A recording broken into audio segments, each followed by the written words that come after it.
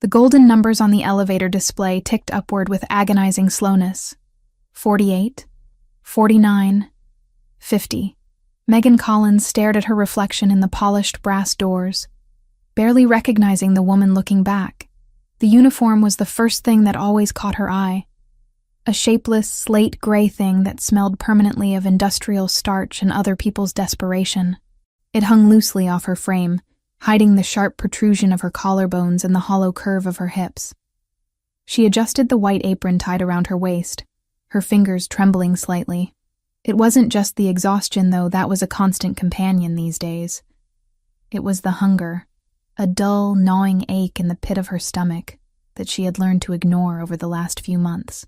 The elevator chimed, a soft, polite sound that seemed too cheerful for the hour. 2 a.m. The graveyard shift at the Hotel Verciani was usually quiet, a time for cleaning quiet messes and delivering late-night vices to guests who had too much money and not enough peace. Megan gripped the handle of the service trolley, her knuckles turning white.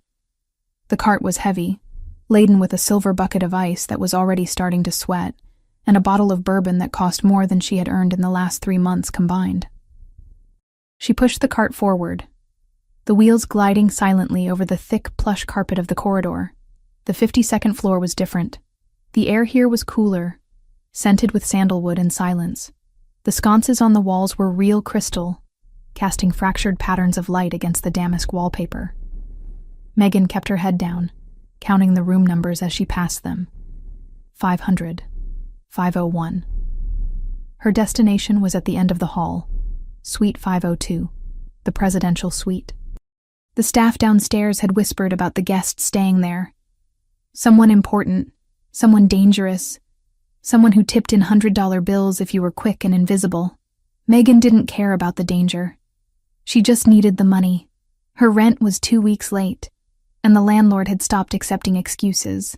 She stopped in front of the double mahogany doors. Her heart performed a nervous, erratic rhythm against her ribs.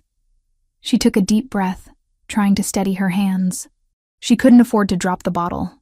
She couldn't afford to make a mistake. She raised her hand and knocked. 3 sharp raps. "Room service," she called out, her voice raspy. She cleared her throat and waited. Silence stretched out from behind the door. It was a heavy, oppressive silence that made the hair on the back of her neck stand up. She shifted her weight from one aching foot to the other. Her shoes were cheap, thin-soled things that offered no support. And after a double shift, her feet felt like they were bleeding. She checked her watch. If he didn't answer in 30 seconds, she would have to leave the cart and go back down. Protocol. Then, the lock clicked. The sound was loud in the quiet hallway, the heavy tumbler of a deadbolt sliding back. The door swung open. Megan kept her gaze trained respectfully on the floor level, staring at the marble threshold. "Good evening, sir. I have the bourbon and ice you ordered." She looked up as she spoke. The professional smile she had practiced plastering onto her face ready to do its job. But the smile never formed. The words died in her throat, choking her. The man standing in the doorway filled the space completely. He was tall, imposing, radiating a kind of raw, kinetic energy that made the air around him feel charged. He wasn't wearing a shirt. His chest was broad, defined by corded muscle and dark hair that trailed down to the waistband of his black dress pants. His skin was pale, stark against the darkness of the room behind him, but it wasn't his body that stopped Megan's heart. It was his face, sharp cheekbones, a jawline that looked like it had been carved from granite, and eyes, dark, intelligent, predatory eyes that she had seen in her dreams every single night for the last 4 years. Silvio Rinaldi. The world tilted on its axis. The hallway, the hotel, the cart, the crushing weight of her debts. It all vanished, replaced by a singular, terrified realization. It was him. He looked older. There was a hardness to him that hadn't been there before. A coldness in the set of his mouth. He looked like a man who hadn't slept in a week, his hair messy, his posture tense. He was staring at her, but there was no recognition in his eyes at first. He just saw a member of the staff. A uniform. A servant. "Leave it," he said, his voice a low rumble that vibrated through the floorboards and straight up into her bones. He didn't even look at her face. He reached into his pocket, pulled out a clip of cash, and tossed a bill onto the tray without glancing at it. Go. Megan couldn't move. She couldn't breathe. Her brain was screaming at her to run, to turn the cart around and flee before he really looked at her. But her body was frozen. She stared at him. Her lips parted in a silent gasp. This couldn't be happening. Of all the hotels in the city, of all the suites, of all the nights. Silvio frowned, sensing her lack of movement. The irritation flashed across his features. He looked up from the tray, his dark eyes snapping to hers, ready to dismiss her incompetence with a cutting remark. His gaze locked onto her face. Time stopped. It didn't slow down. It ceased to exist. Silvio froze. The hand that had thrown the money remained suspended in the air for a fraction of a second before dropping to his side. His pupils dilated, swallowing the iris until his eyes were black voids. He blinked once, slowly, as if trying to clear a hallucination. He leaned forward slightly, the predatory instinct taking over, his entire body going rigid. Megan? The name was a whisper, a question, and an accusation all at once.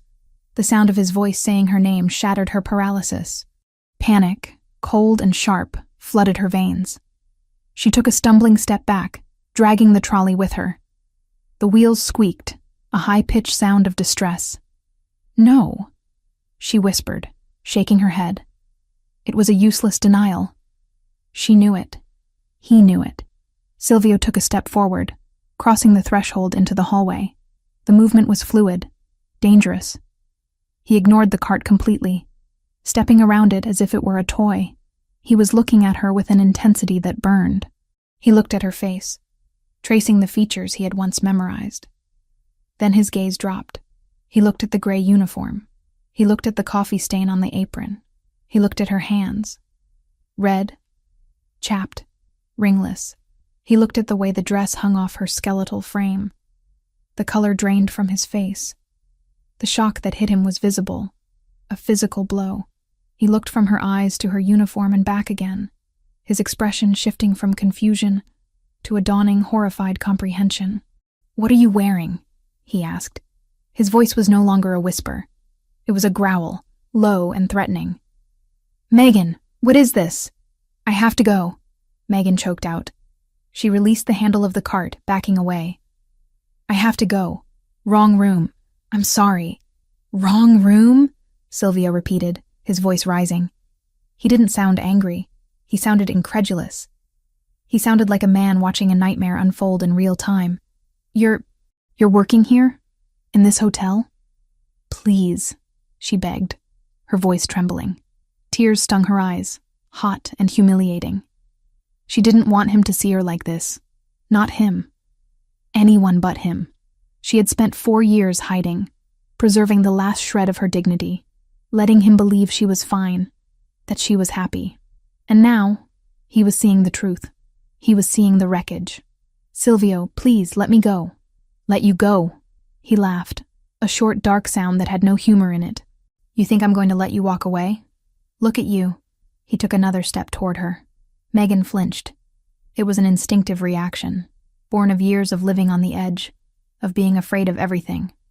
Landlords, bill collectors, shadows. But seeing her flinch broke something in Silvio. He stopped dead, his hands curling into fists at his sides. "You're afraid," he murmured, the realization hitting him hard. "You're afraid of me." "I'm not," she lied, though her voice shook. I have a shift. My manager, he'll fire me if I'm not back. I need this job, Silvio." "You need this job?" He gestured violently at the cart, at the uniform. "You are my wife. You are Megan Rinaldi. You do not push carts for a living." "I'm not your wife," she snapped, a spark of her old fire flaring up in defense. "We divorced 4 years ago. I'm Megan Collins, and I work for a living. Not everyone has your money." "Divorced?" He spat the word out. He looked down the hallway. The red light of the security camera blinked silently above them. He knew who watched those feeds. He knew that if the footage of this encounter, the boss of the Rinaldi family cornering a terrified, emaciated maid in a hallway, got out, it would be catastrophic. Not for him, but for her. The Ndrangheta were looking for weaknesses. They were looking for leverage. And she was the ultimate leverage. He couldn't leave her here. He couldn't let her get back on that elevator. He looked at her thin arms, the dark circles under her eyes that spoke of bone-deep exhaustion. She looked like she was one strong wind away from shattering. "Get inside," he ordered. "No." Megan shook her head frantically, backing up until her heels hit the wall of the corridor. "I can't. You don't understand." "I understand that you are shaking," Silvio said, his voice dropping to a terrifyingly calm register. "I understand that you look like you haven't eaten a proper meal in months. I understand that you are standing in a public hallway wearing a maid's uniform, while my enemies are likely drinking in the lobby downstairs." He closed the distance between them. Megan pressed herself against the wall, her breath hitching. He loomed over her, blocking out the light, blocking out the world. He was so close she could smell him, the scent of rain and expensive whiskey and danger. It was a scent that brought a flood of memories she wasn't strong enough to fight. "Silvio," she whispered, a plea for mercy. "Don't." He cut her off. He reached out. He didn't grab her. He didn't use force. He simply wrapped his hand around her wrist. His fingers were long, warm, and calloused. The contact was electric. It sent a shockwave through Megan's body that made her knees weak. It had been 4 years since he had touched her. 4 years of cold, lonely nights. His grip was firm, an anchor in the storm. He felt the delicate bones of her wrist beneath his fingers, felt the frantic, rabbit-fast pulse beating against his thumb. He looked down at her wrist, his expression twisting with a mixture of rage and pain. "You're so thin," he whispered, almost to himself. "God, Megan, what happened to you?" "Life happened," she said, trying to pull her hand back. He didn't let go. "Let me go, Silvio. Please. I can't be here. If I stay, I can't do this again." "You're not going anywhere," he said. "Not down to the basement. Not to clean toilets. Not to serve drinks to men who aren't fit to breathe the same air as you. It's honest work," she defended, tears finally spilling over. "I'm not ashamed of it. I am," he said brutally. "I am ashamed that I let this happen, that I didn't know." The elevator dinged again down the hall. Someone was coming. Silvio's head snapped up, his eyes narrowed. He wasn't going to let anyone see her, not like this. He shifted his body, shielding her from view, creating a wall between her and the rest of the world. "We are finishing this inside," he stated. "I can't go in there with you," Megan cried softly. "It's against the rules. They'll fire me." "Let them," Silvio snarled. "I'll buy this damn hotel and burn it to the ground if they look at you wrong. Now move." He pulled her. It wasn't a request. It was a physical command. He tugged her away from the wall, guiding her toward the open door of the suite. Megan stumbled, her feet tangling in the oversized hem of her dress. She gripped his forearm to steady herself, her fingers digging into his bare skin. The muscle beneath was hard as iron. She looked at the open door. It looked like a mouth waiting to swallow her whole. She knew that if she crossed that threshold, her life as Megan Collins, the invisible maid, was over. She knew that once Silvio Rinaldi had her behind closed doors, he would never let her return to the shadows. "Silvio, wait." She tried one last time, digging her heels into the carpet. He didn't wait. He didn't stop. He pulled her across the threshold, into the dim, warm sanctuary of the suite. He kicked the door shut behind them with a heavy final thud. The lock engaged automatically. The silence of the room enveloped them instantly. The hallway, the cart, the job. It was all gone. There was only him.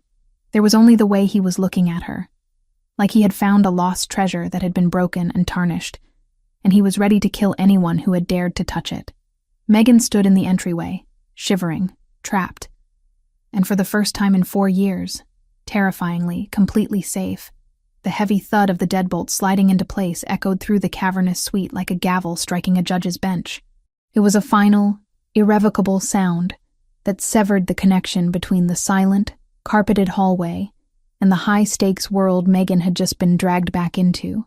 She stood frozen just inside the entrance, her back to the door, her hands trembling violently at her sides. The air in the suite was different from the corridor. It was richer, heavier, scented with the expensive leather of Italian furniture and the faint, lingering aroma of Silvio's cologne, a mix of bergamot, tobacco, and something uniquely, terrifyingly him. Silvio didn't move immediately. He stood a few feet away, his chest rising and falling with a controlled, rhythmic intensity that betrayed the storm raging beneath his stoic surface. The dim light of the crystal chandelier cast long, sharp shadows across his face, highlighting the harsh angles of his jaw and the predatory focus in his dark eyes. He wasn't looking at the room. He was looking at her. He was dissecting her. He was taking in the fraying hem of the gray polyester uniform, the way the fabric hung loosely over her hips, the scuffed tips of her cheap black work shoes.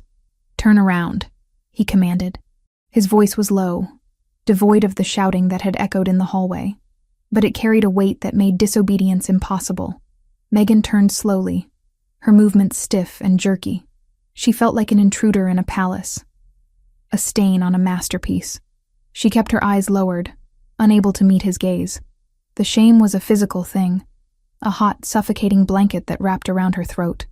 She had spent 4 years building a wall between herself and this life, telling herself that she was better off poor and free than rich and endangered.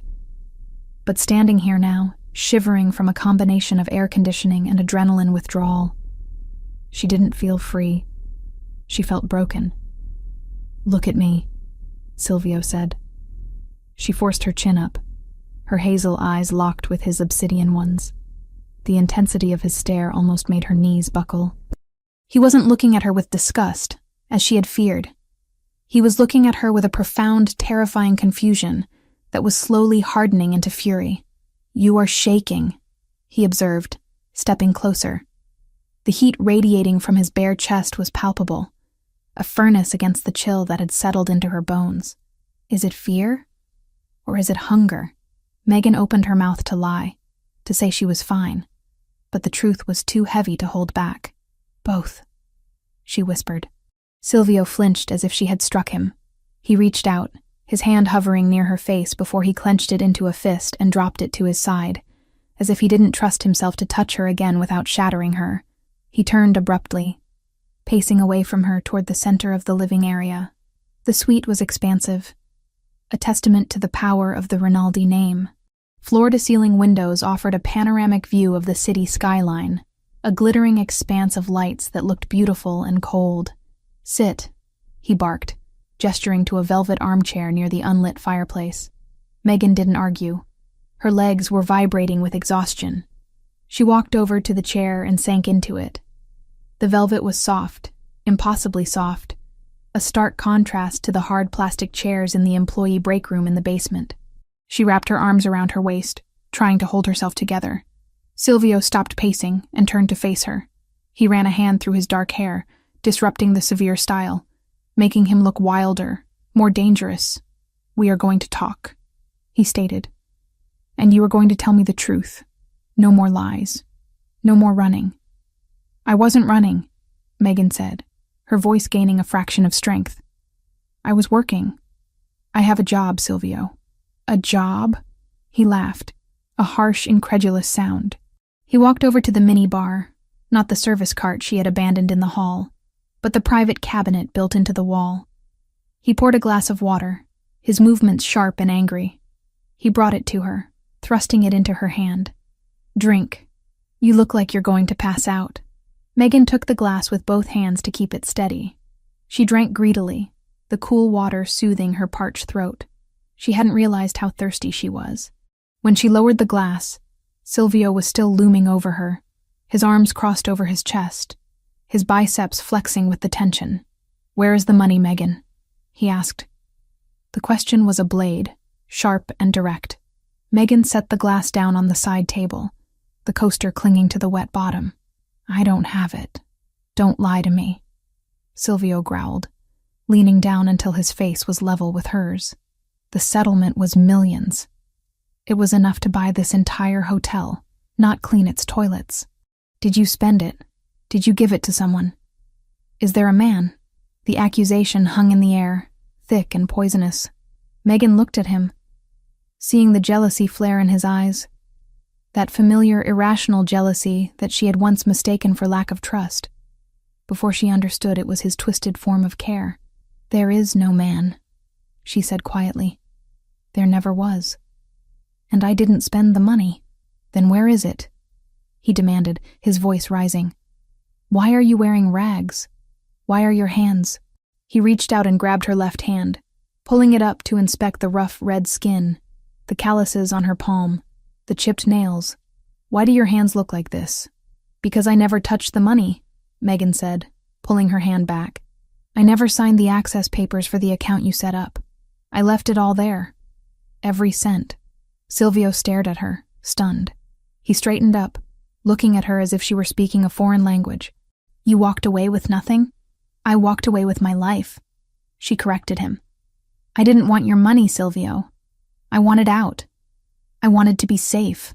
I thought if I didn't take anything, I wouldn't owe you anything. I thought it would make the break clean." Clean. He looked around the opulent room, then back at her emaciated form. "You call this clean? You are starving, Megan. You are destroying yourself to prove a point? What kind of pride is this?" "It wasn't pride," Megan cried out, the dam finally breaking. "It was survival. And then Mom got sick." The room went silent. Silvio's expression shifted instantly. The anger didn't disappear, but it changed, morphing into a sharp alertness. He remembered her mother. Martha Collins was a kind woman, one of the few people who had looked at Silvio Rinaldi and seen a man, not a monster. She had baked him cookies when they first started dating. She had knitted him a scarf he still kept in the back of his closet. "Martha?" Silvio asked, his voice softer. "What happened?" "Cancer," Megan whispered. The word felt like a stone in her mouth. "Pancreatic. It hit fast, but not fast enough. The diagnosis came right after I left you, 2 months after the divorce papers, and from there it was years of fighting and dying in slow motion." Silvio closed his eyes for a brief second. "Why didn't you call me?" "I couldn't," she said, tears spilling over her lashes again. "I couldn't drag you back into my life. I had to do it alone. The treatments, the specialists, the experimental drugs. None of insurance covered the ones that actually gave her a chance. I spent my savings. I sold the jewelry. I sold the car. I worked 3 jobs." "And the settlement money?" Silvio asked, though he suspected he knew the answer. "I told you I couldn't touch it," Megan sobbed softly, wiping her face with the back of her hand. "If I used your money, you would have known where I was. You would have come. And I couldn't let you come back. Not then." Silvio stood still, processing the timeline. While he had been tearing apart his office in fits of rage, thinking she was sipping champagne on a beach in the south of France, laughing at him, she had been sitting in hospital waiting rooms, watching her mother fade away, counting pennies for a cafeteria sandwich. The guilt hit him like a physical blow to the gut. It was a nausea that churned in his stomach. "Where is she now?" Silvio asked, though the hollowness in Megan's eyes gave him the answer before she spoke. "Is she at Mount Sinai or Presbyterian? I will have her moved to a private clinic tonight. I will fly in specialists from Zurich." Megan shook her head slowly. The movement was full of a crushing, final defeat. "She's gone, Silvio," she whispered. "She died 3 months ago." Silvio felt the air leave the room. He looked at Megan, really looked at her, and saw the shadow of grief that lay over her like a shroud. He saw the way her shoulders slumped, not just from the weight of the serving tray, but from the weight of the coffin she had likely carried alone. 3 months, he repeated hollowly. "The debts didn't die with her," Megan continued, her voice devoid of emotion now, just stating facts. "The hospital bills are astronomical. I owe more than I can make in a lifetime. That's why I'm here. That's why I take the double shifts. That's why I need this job. I'm just trying to keep the collectors away. I'm just trying to breathe." Silvio turned away from her. He walked to the window and placed his hands against the cold glass, looking out at the city he ruled. He owned half the buildings in this skyline. He moved millions of dollars with a single phone call. And while he played king, His wife, because in his heart she had never stopped being his wife, had been drowning. She had been living a nightmare of slow agony, alone. He clenched his fists so hard against the glass that the knuckles turned white. He hated himself in that moment. He hated his pride. He hated the silence he had allowed to stretch between them. But more than anything, he hated the universe for testing her so brutally. He turned back to her. The look on his face was terrifying in its resolve. The confusion was gone. The hesitation was gone. "You are done," he said. Megan looked up, startled by the tone. "What?" "You are done paying," Silvio said, walking back toward her. "You are done working. You are done suffering." "Silvio, the debts are over $200,000, she said, trying to make him understand the scale of the disaster. "I can't just... I don't care if it's 200 million, he interrupted, his voice lethal. "It's gone. Consider it paid. I will have the hospital administrators fired for harassment. I will burn the collection agencies to the ground if they ever dial your number again. You can't just fix everything with money." Megan argued weakly, though the fight was draining out of her. "Watch me," he challenged. He stopped in front of her. He reached out and touched the collar of her uniform. The gray polyester felt cheap and abrasive under his fingertips. He looked at it with pure, unadulterated hatred. "And this insult. Take it off." Megan froze. Her hands flew to the top button of her dress instinctively. "Silvio, I can't. I don't have anything underneath except—" "I don't care," he said. "You will not wear this rag for 1 second longer. It marks you as a servant. You are not a servant. You are a queen. My queen. I don't have clothes," she whispered, her face flushing crimson. "My locker is downstairs. My jeans. My sweater." "Burn them," Silvio said. "We are not going downstairs." He turned and walked to the mahogany desk where a sleek black landline phone sat. He snatched the receiver up and punched a speed dial number. He didn't look at Megan as he waited for the line to connect. He looked at the wall, his mind racing with logistics, security protocols, and retribution. "Alexander," he said into the phone. The voice on the other end answered on the first ring, sharp and alert despite the hour. "Boss?" Alexander's voice was tinny but clear in the silent room. "I need you at the Versiani. Now," Silvio ordered. "Bring the armored SUV, and bring a stylist. Wake someone up. I don't care who." "A stylist, boss?" Alexander sounded confused. "For a meeting?" "For my wife," Silvio said. There was a pause on the line, a heavy, shocked silence. "Megan, you found her?" "She was here," Silvio said, his voice cracking slightly before hardening again. "She was right under our noses, Alexander. Bring a full wardrobe. Everything. Coats, shoes, dresses. Nothing casual, nothing cheap." He glanced back at Megan, who was still sitting in the chair, looking small and fragile. He assessed her size again, his heart clenching at how much weight she had lost. "Size 0, Silvio said into the phone, the words tasting like ash in his mouth. "Maybe size 2 if the cut is small. She is unwell. Bring food. The chef from the estate. Tell him to prepare something light. Soup, nutrients. And Alexander?" "Yes, boss?" "Bring the security detail. The full team.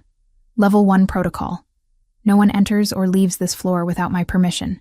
If the hotel manager asks questions, buy the hotel. If he resists, remove him." "Understood. 20 minutes. Silvio hung up the phone. The click was softer this time, less like a gunshot and more like a lock snapping shut on a vault. He walked back to Megan. She was looking at him with wide, watery eyes.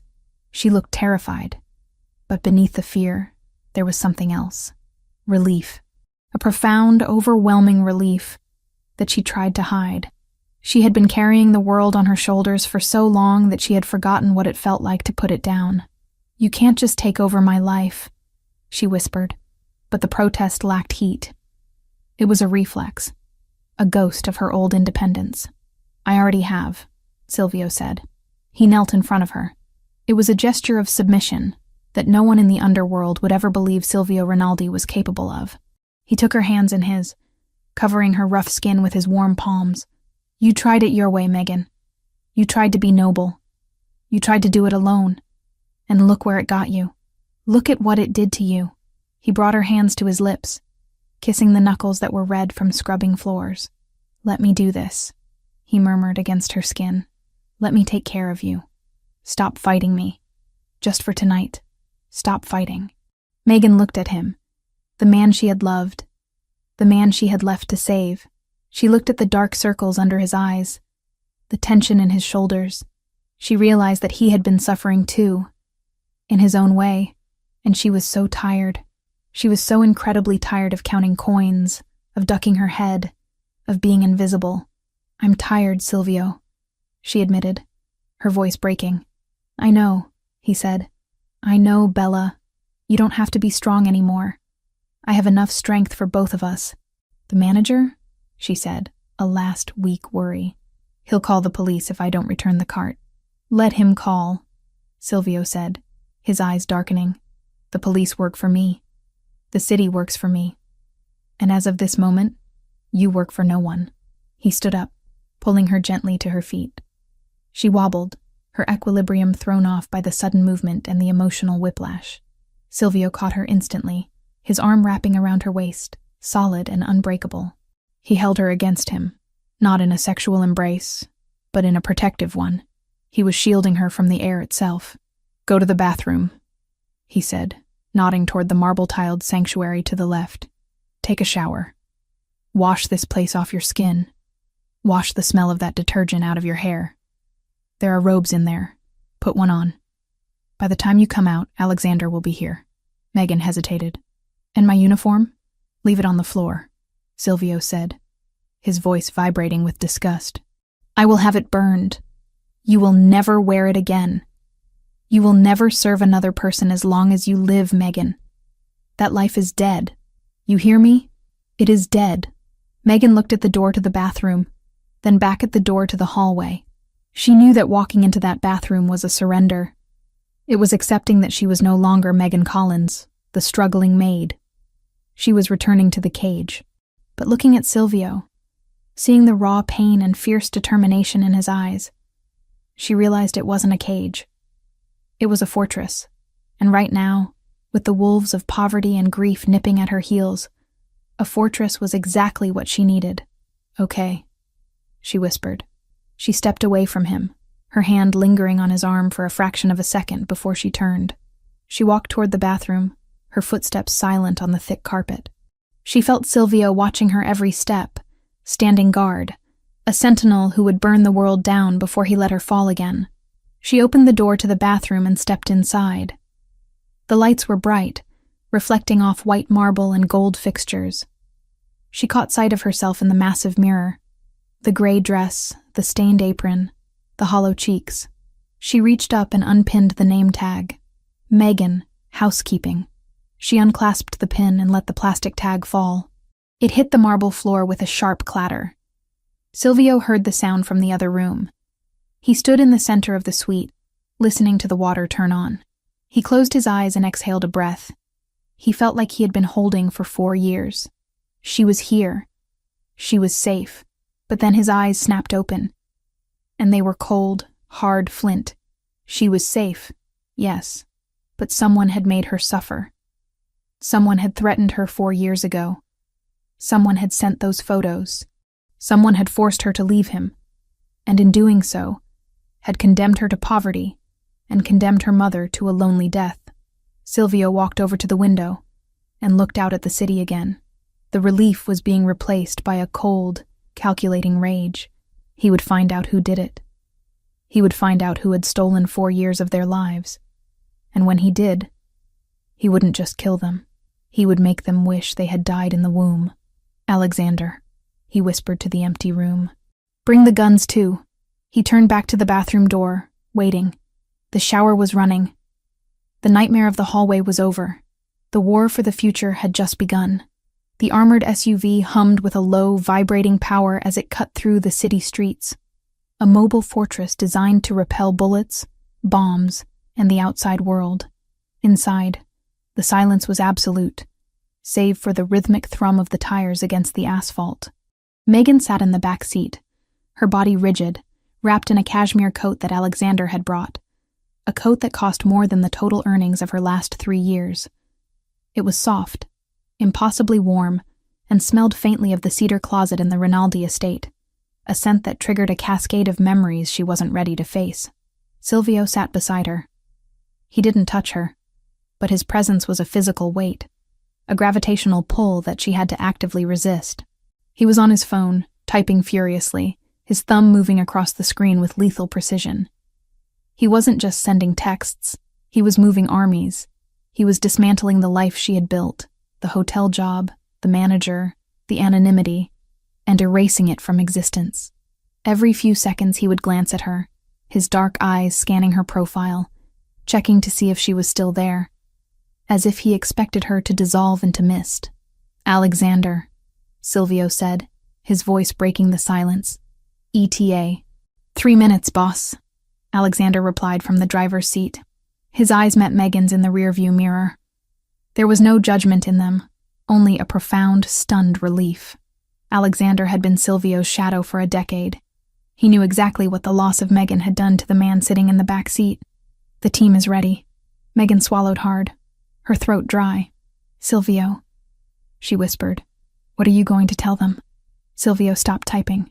He turned to her, the blue light of the phone screen illuminating the harsh planes of his face. "Tell who?" "The staff. The guards," she said, pulling the coat tighter around herself.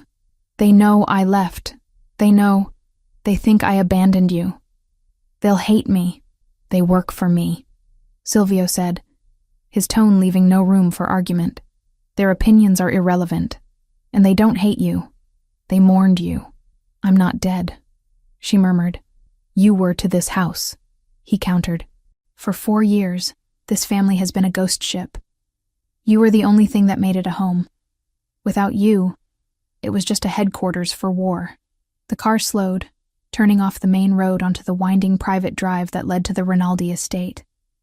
The iron gates, massive and imposing, began to swing open before the vehicle even came to a halt. Megan watched the familiar landscape pass by the tinted windows, the manicured hedges, the stone fountains, the long line of oak trees that lined the driveway. It was exactly as she remembered it, frozen in time, a pristine monument to a life she had been forced to incinerate. As the SUV pulled up to the main entrance, the reality of what was happening crashed down on her. She wasn't just visiting, she was returning. And she was terrified that the threat, the one that had driven her away, was waiting for her inside those walls. Alexander parked the car and killed the engine. Before Megan could reach for the door handle, Silvio was already outside. He opened her door, offering his hand. The gesture was courtly, old-fashioned, and completely at odds with the violence she knew he was capable of. She looked at his hand. Large, scarred on the knuckles, steady as a rock. She placed her trembling fingers in his palm. He pulled her out, but he didn't let go. He tucked her hand into the crook of his arm, anchoring her to him. Steps clicked against the stone pavement. The front doors of the mansion opened, and the household staff spilled out, lining up with military precision. There was Mrs. Rossi, the housekeeper, looking older, her face lined with new wrinkles. There was Marco, the head of the perimeter security. There were faces she knew, and faces she didn't. Megan braced herself for the glares, for the whispers of gold digger or traitor. She kept her chin down, staring at the gravel. "Welcome home, Mrs. Rinaldi." Mrs. Rossi's voice wavered. Megan's head snapped up. The older woman was crying, not polite, hidden tears, but open weeping. Mrs. Rossi stepped forward, breaking the line of protocol, and looked at Silvio for permission. He gave a curt nod. Mrs. Rossi reached out and grasped Megan's free hand, squeezing it tightly. "We thought..." Mrs. Rossi choked out. "We didn't know if we would ever see you again. You look so thin, cara mia. So thin." "I'm okay, Mrs. Rossi," Megan whispered, fighting the burn in her own eyes. "I'm okay now. Prepare the master suite," Silvio ordered, his voice cutting through the emotional reunion. And have chef prepare a light meal, soup, something easy to digest. Bring it to the room. The master suite, sir? Marco asked, his eyes darting between Silvio and Megan. Not the guest wing? Did I stutter? Silvio's gaze was lethal. She is my wife. She sleeps in my bed. If anyone has a problem with that, they can leave their badge at the gate and walk home. No, sir. Understood, Marco said quickly, signaling the team to stand down and secure the perimeter. Silvio guided her inside. The foyer was vast, with a double staircase that curved up to the second floor like the ribs of a giant beast. The crystal chandelier overhead cast a prism of light on the marble floor. It was cold. That was the first thing Megan noticed. The house felt cold, sterile, as if no one had really lived here since she left. There were no fresh flowers on the central table, just a sculpture of abstract bronze. It's quiet, she noted.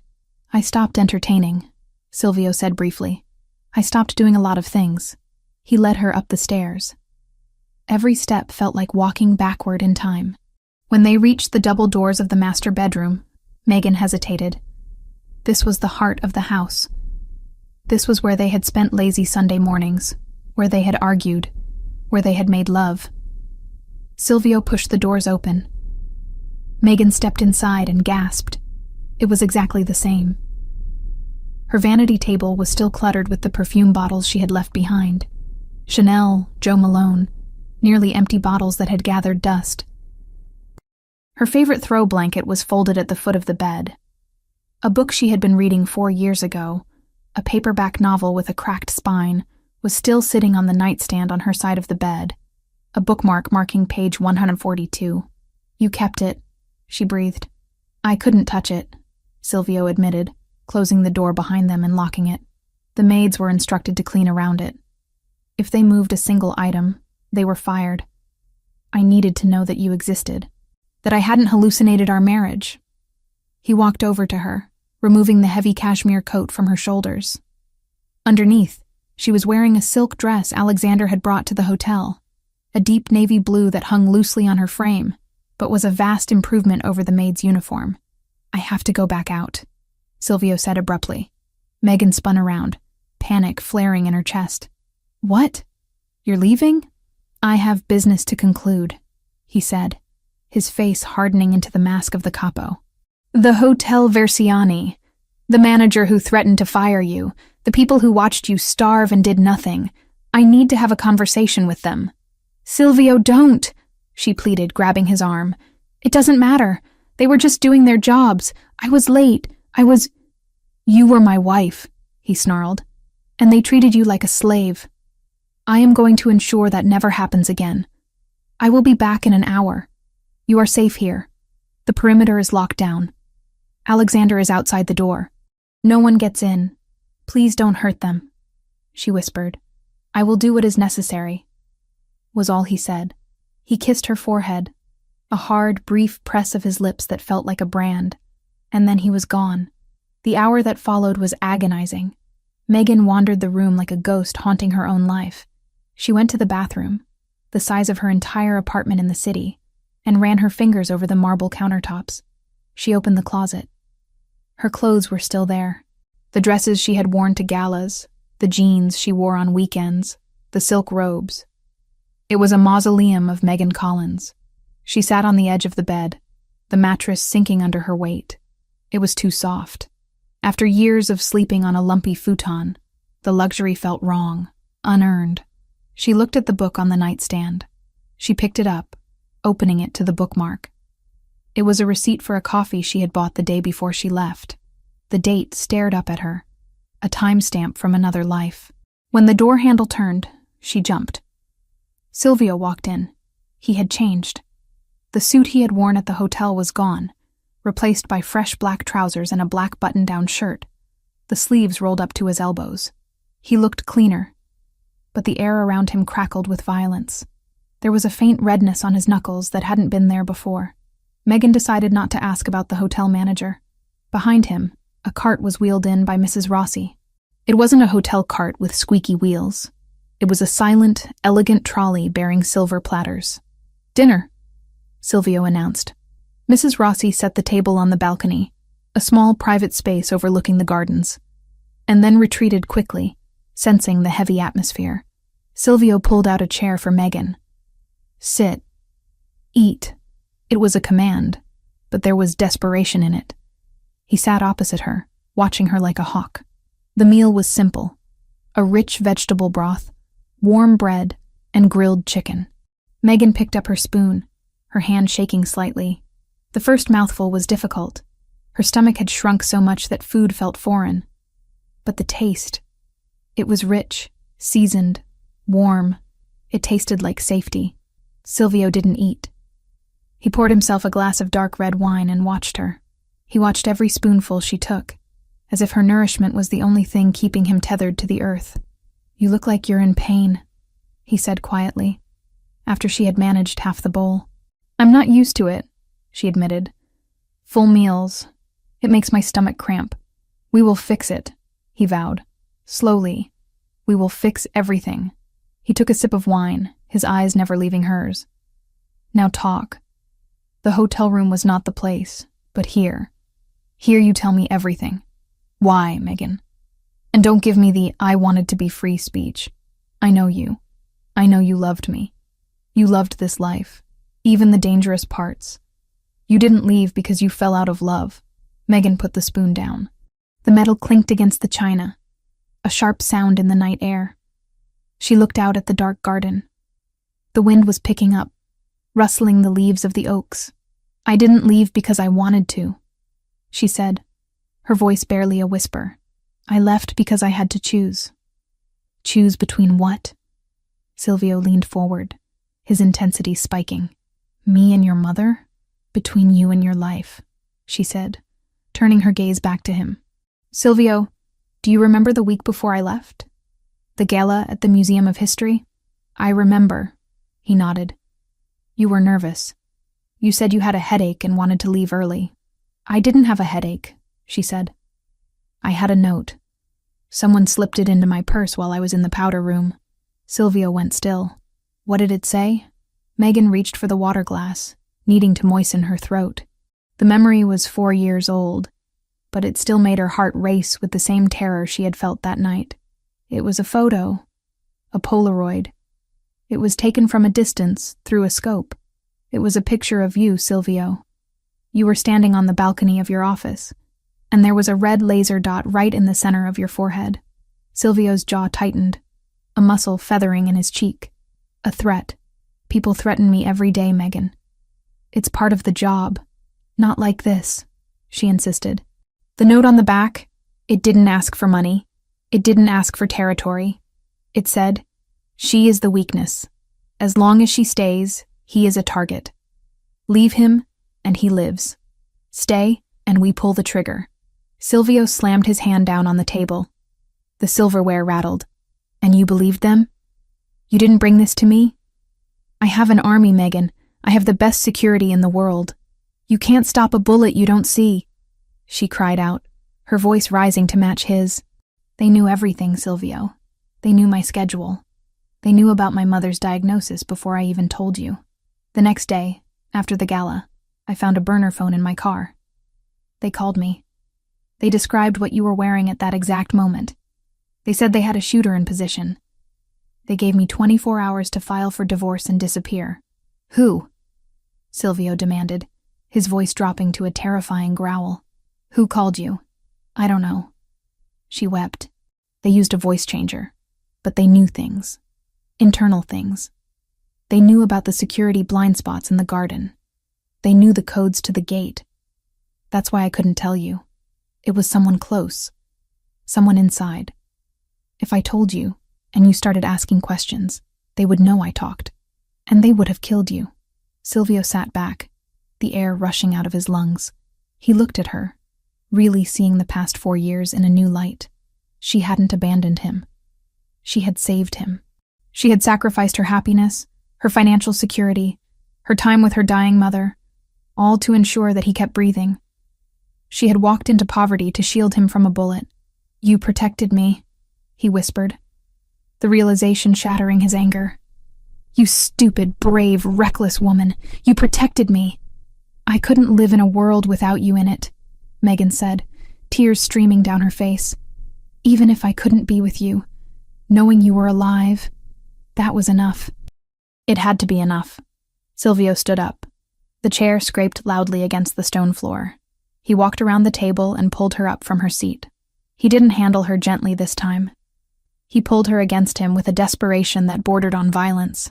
He buried his face in her neck, inhaling her scent, his arms wrapping around her so tightly she could barely breathe. I hated you, he confessed into her hair, his voice thick with emotion. For 4 years I hated you. I thought you were bored. I thought you found someone better. I tore this city apart looking for a reason, and when I couldn't find one, I decided you were just cruel. I'm sorry, she sobbed, clutching the back of his shirt. I'm so sorry. No, he pulled back, framing her face with his hands. His thumbs wiped away the tears, his touch frantic. Do not apologize. You saved my life. But you paid too high a price. Look at you. You starved for me. I'm okay, she tried to say, but he shook his head. You are not okay. But you will be. He swore. Listen to me, Megan. Whoever did this, whoever sent that photo, whoever made that call, they made a mistake. They let you live. He leaned his forehead against hers, their breaths mingling. They wanted to remove my weakness. Silvio hissed, his eyes burning with a cold blue fire. But they didn't understand. You aren't my weakness. You are my reason. And now that you are back, I am going to find them. I am going to find the person who kept us apart. And I am going to dismantle them piece by piece. Silvio, be careful, she whispered, fear spiking again. If they know I'm back, let them know, he said. Let them come. 4 years ago, I was complacent. I was happy. Now I am angry, and I have you back. I will burn the entire world to keep you safe this time. He lifted her up, carrying her back into the bedroom. He laid her on the bed on top of the covers. He didn't try to undress her further. He didn't try to initiate sex. That bridge was still too far. There was too much trauma, too much physical weakness in her body. Instead, he lay down beside her, fully clothed. He pulled her into his chest, wrapping his legs around hers, caging her in. Sleep, he commanded, his hand stroking her hair. A rhythmic, soothing motion. I am not leaving this room. I am not closing my eyes. Watch me. I will be here when you wake up. Megan rested her head on his shoulder. The steady thud of his heart was the only sound in the room. The fear was still there, a cold shadow in the corner of her mind. But for the first time in years, she wasn't facing it alone. She closed her eyes, and the darkness didn't feel so empty. Silvio watched her breathing even out as she drifted into exhaustion. He stared at the ceiling, his mind working through the list of suspects. Internal codes, blind spots. It was someone close, someone he trusted. He thought of Nicholas, his accountant, the man who had handled the divorce papers with such efficiency. He thought of the Ndrangheta truce that had been so convenient. His arm tightened around Megan. She had saved him from a bullet, but she had walked into a crossfire to do it.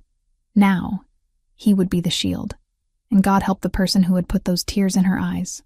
The burgundy silk pooled around Megan's feet like a spilled glass of vintage wine, rich and dark against the cream-colored carpet of the master suite. She stood before the floor-length mirror, her breath catching in her throat as she smoothed the fabric over her hips. The dress was a masterpiece of construction, designed to conceal how much weight she had lost, while highlighting the elegance of her frame. It had long sleeves that hid her thin arms, a high neck that spoke of modesty, and a back that plunged dangerously low, exposing the pale curve of her spine. It was the color of blood, of power, of the very thing Silvio ruled. Mrs. Rossi stood behind her, her hands fluttering nervously as she adjusted the hem.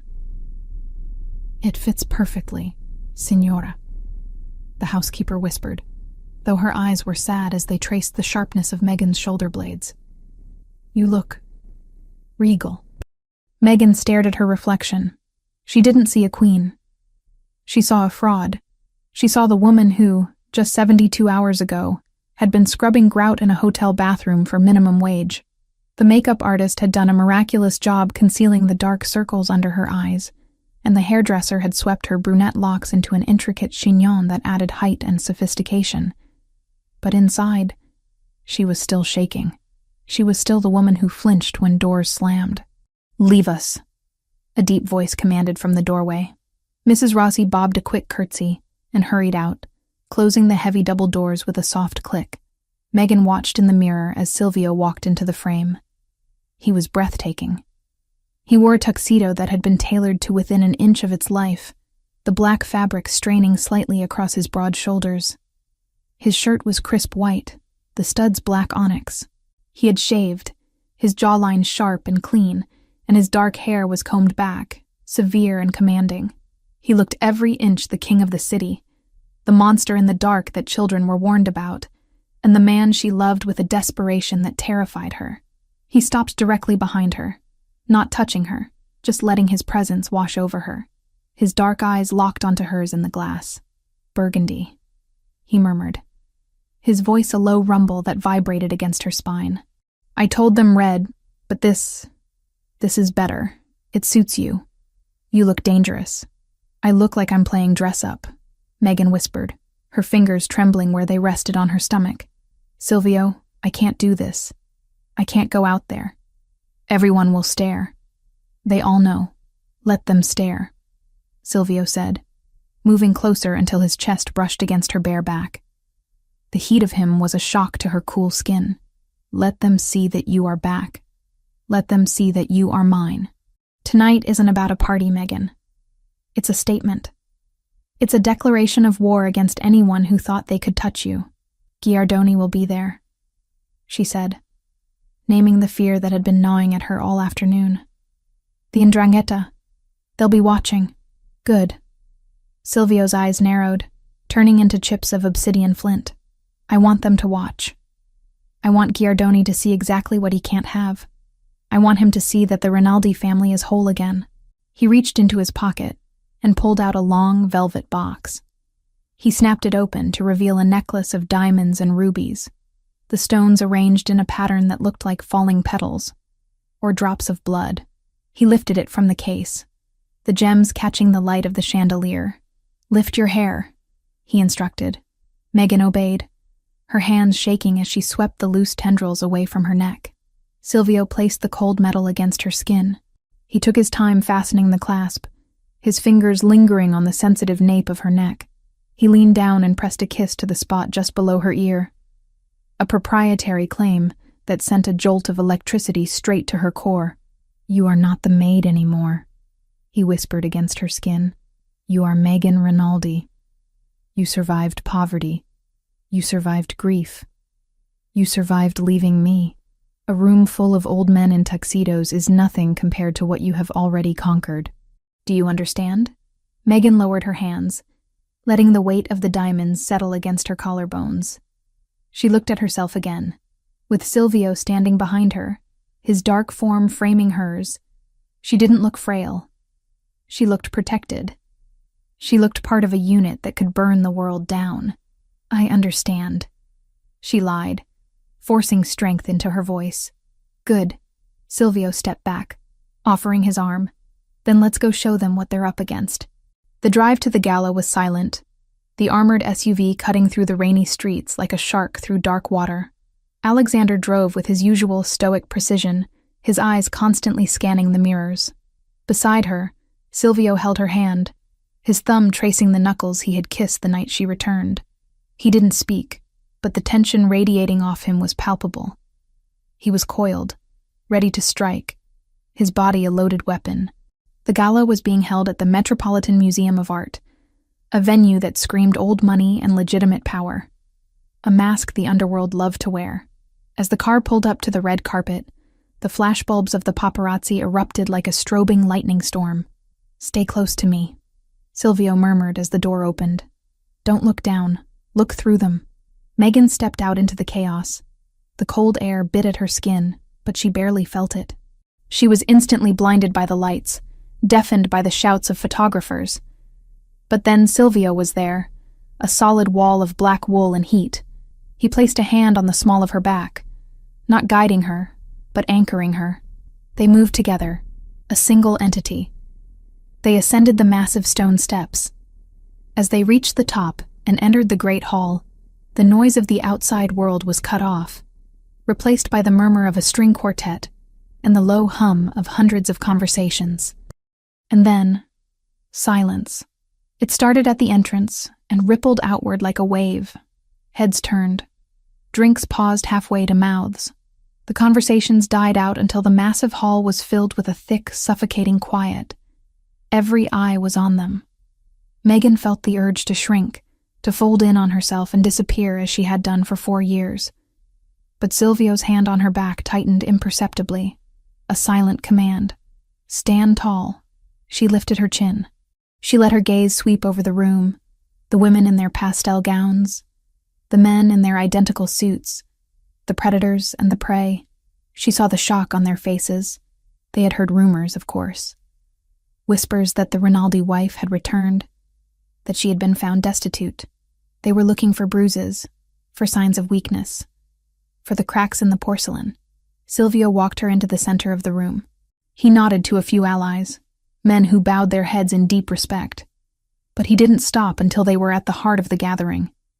It was a power move. He was placing her in the center of the board. Champagne? A waiter appeared, his hand trembling slightly as he offered a tray. Silvio took 2 flutes. He handed one to Megan. Sip it, he advised quietly. Don't drink it. You need your wits. Well, a voice grated from behind them, oily and thick with a heavy Calabrian accent. I heard the dead had risen, but I didn't expect the corpse to look so polished. Megan froze. She knew that voice.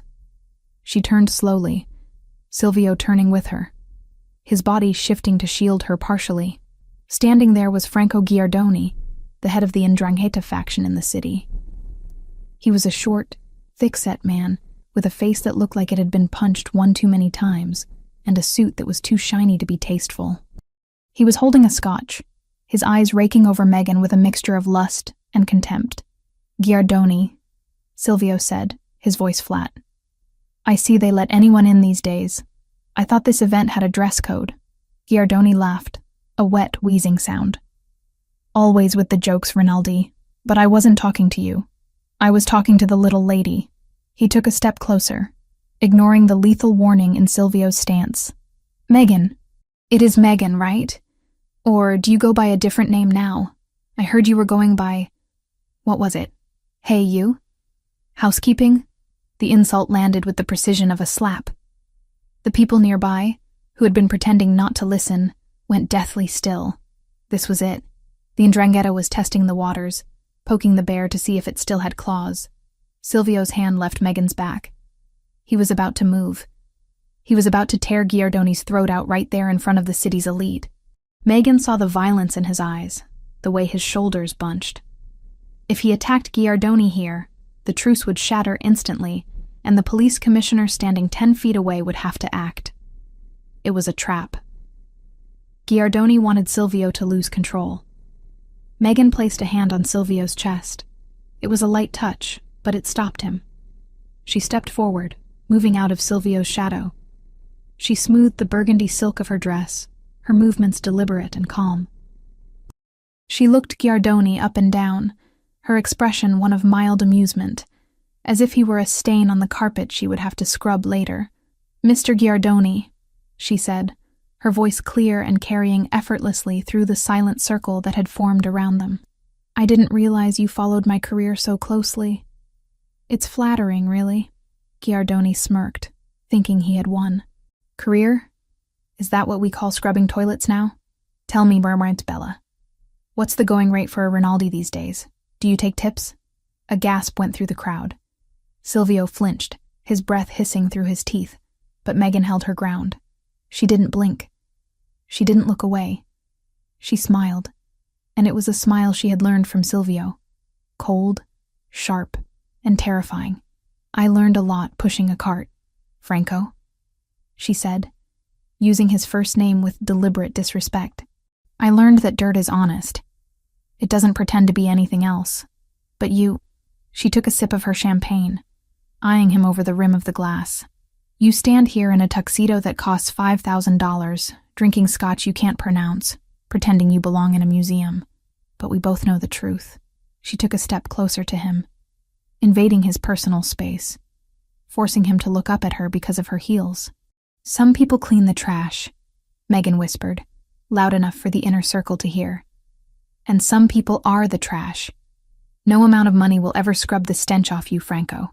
You smell like a desperate second best. Giardoni's face turned a mottled purple.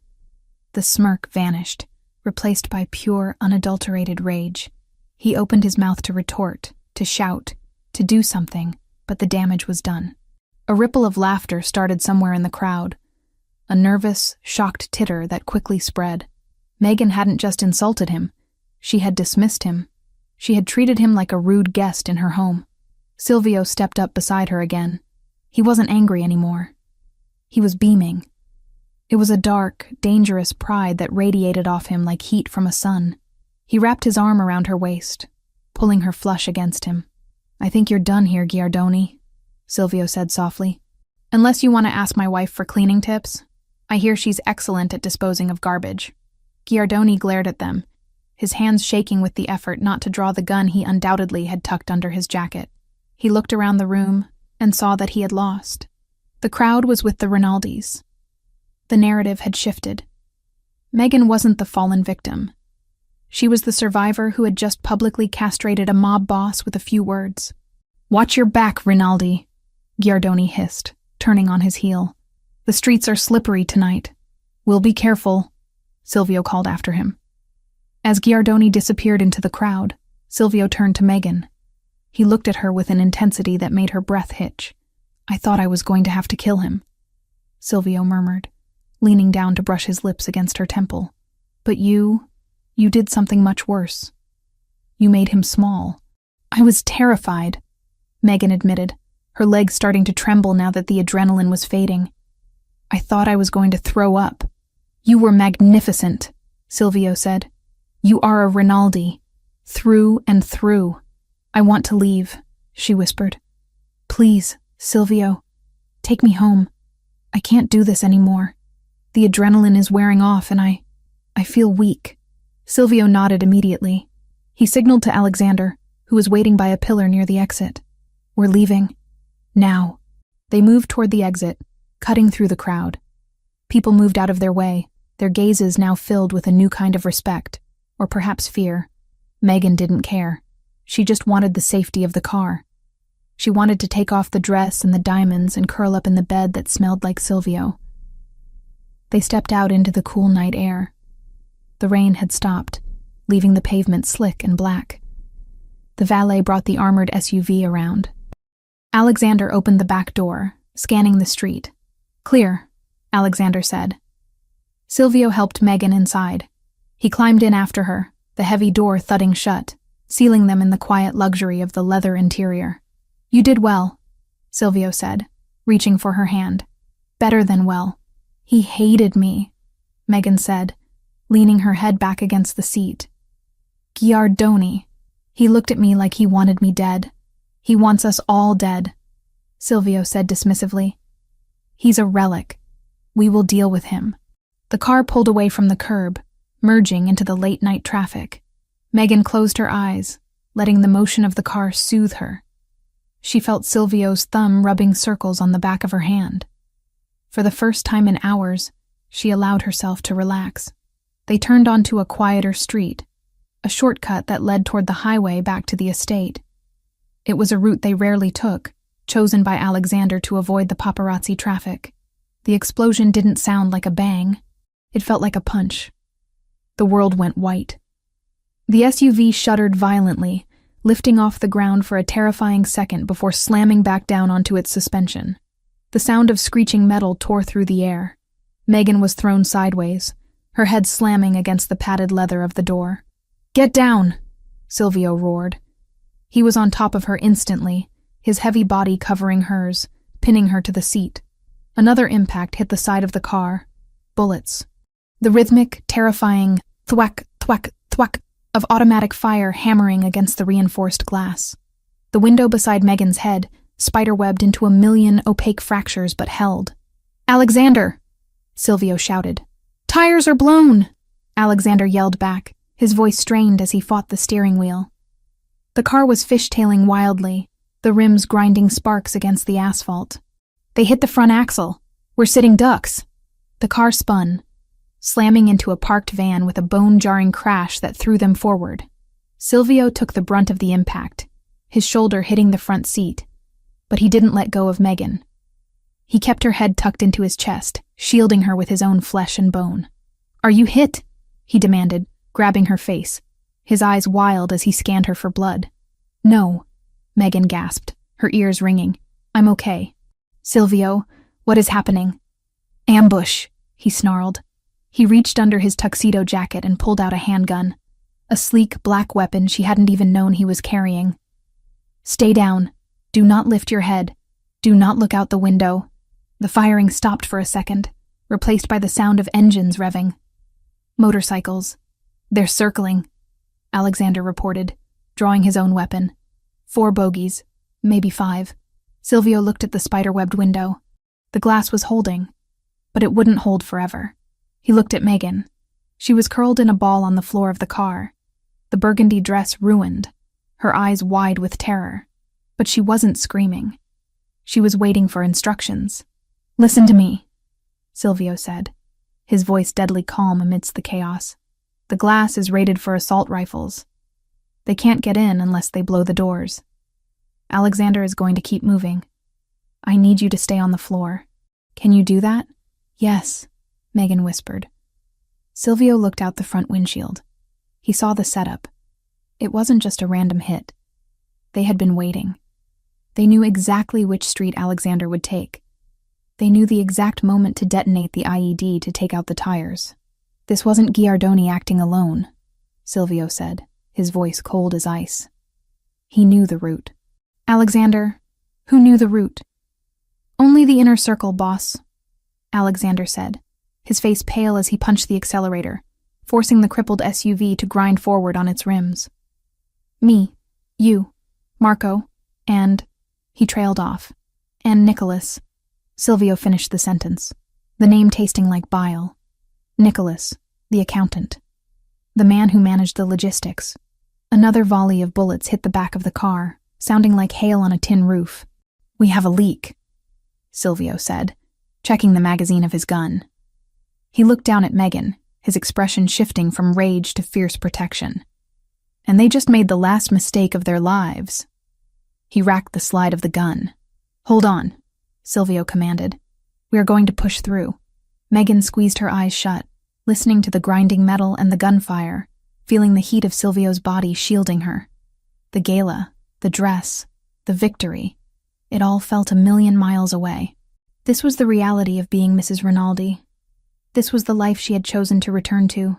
But as she felt Silvio's hand grip her shoulder, solid and unshakable, she realized something. She would rather be here, under fire with him, than safe and alone in a cold apartment. "I'm with you," she whispered into the darkness of the floorboard. "Always," Silvio vowed. "Alexander, ram them." The SUV surged forward, turning into a weapon, as the Rinaldis went to war. The tires of the replacement vehicle crunched over the pristine, untouched snow, a sound like crushing bone that echoed in the absolute silence of the mountain ridge. They were miles above the city now, far removed from the smoke, the shattered glass, and the screaming sirens of the ambush. The safe house wasn't a cabin in the traditional sense. It was a fortress of glass and steel jutting out from the cliff face. A modern monolith designed for 2 things: isolation and defense. Silvio killed the engine. The sudden absence of the motor's hum was deafening. He didn't move immediately. He sat gripping the steering wheel, his knuckles white, his breath fogging in the cold air of the unheated car. His tuxedo jacket was torn at the shoulder, stained with dust and a dark, wet patch that Megan had been staring at for the last 20 miles. "We're here," he said, his voice rough, sounding like gravel grinding together. Megan nodded, though she couldn't stop her teeth from chattering. It wasn't just the cold, it was the adrenaline crash. The shootout, The high-speed chase, the desperate switch to the backup vehicle Alexander had staged under a highway overpass. It had all happened in a blur of violence. Now, the stillness was terrifying. Silvio got out, the cold mountain wind whipping his hair back. He opened her door and pulled her out, not waiting for her to find her footing. He ushered her toward the heavy steel front door, his body shielding hers from the open expanse of the woods, his gun drawn and held low against his thigh. He keyed a code into the biometric panel. The door hissed open, revealing a dark, warm interior. "Inside," he commanded. "Don't touch the windows. Don't turn on the main lights yet." Megan stepped inside. The floors were heated slate, radiating a warmth that seeped through the thin soles of her heels. Silvio followed, locking the door behind them with a heavy mechanical thud that reminded her of the hotel room. But this time, the lock felt like it was keeping the monsters out, not trapping her in. He moved through the house with lethal efficiency, checking corners, arming the perimeter sensors, his movements sharp and agitated. Megan stood in the center of the living room, hugging her arms around her chest. The ruined burgundy dress was torn at the hem, and she was missing an earring. She felt like a doll that had been dragged through a war zone. "Silvio," she whispered. He didn't hear her, or he chose not to. He was staring at a tablet mounted on the wall, watching the green lights of the security grid come online. "Silvio," she said louder, her voice cracking. He spun around, his gun half raised before he recognized her and lowered it. His eyes were wild, dilated with the residual combat high. "What? Are you hurt? Did a piece of glass hit you?" "No," she said, taking a step toward him. "But you are." She pointed to his side. The black shirt was soaked through with blood just above his hip. He looked down, seeming surprised to see it there. He touched the spot, his fingers coming away red. "It's a scratch." He dismissed it, turning back to the panel. Metal fragment from the door panel. "It didn't hit anything vital." "It's bleeding," Megan insisted. She walked over to him, her fear transforming into a sudden, fierce need to be useful. She couldn't shoot a gun. She couldn't drive a getaway car. But she could do this. "Where is the first aid kit?" "Bathroom. Under the sink."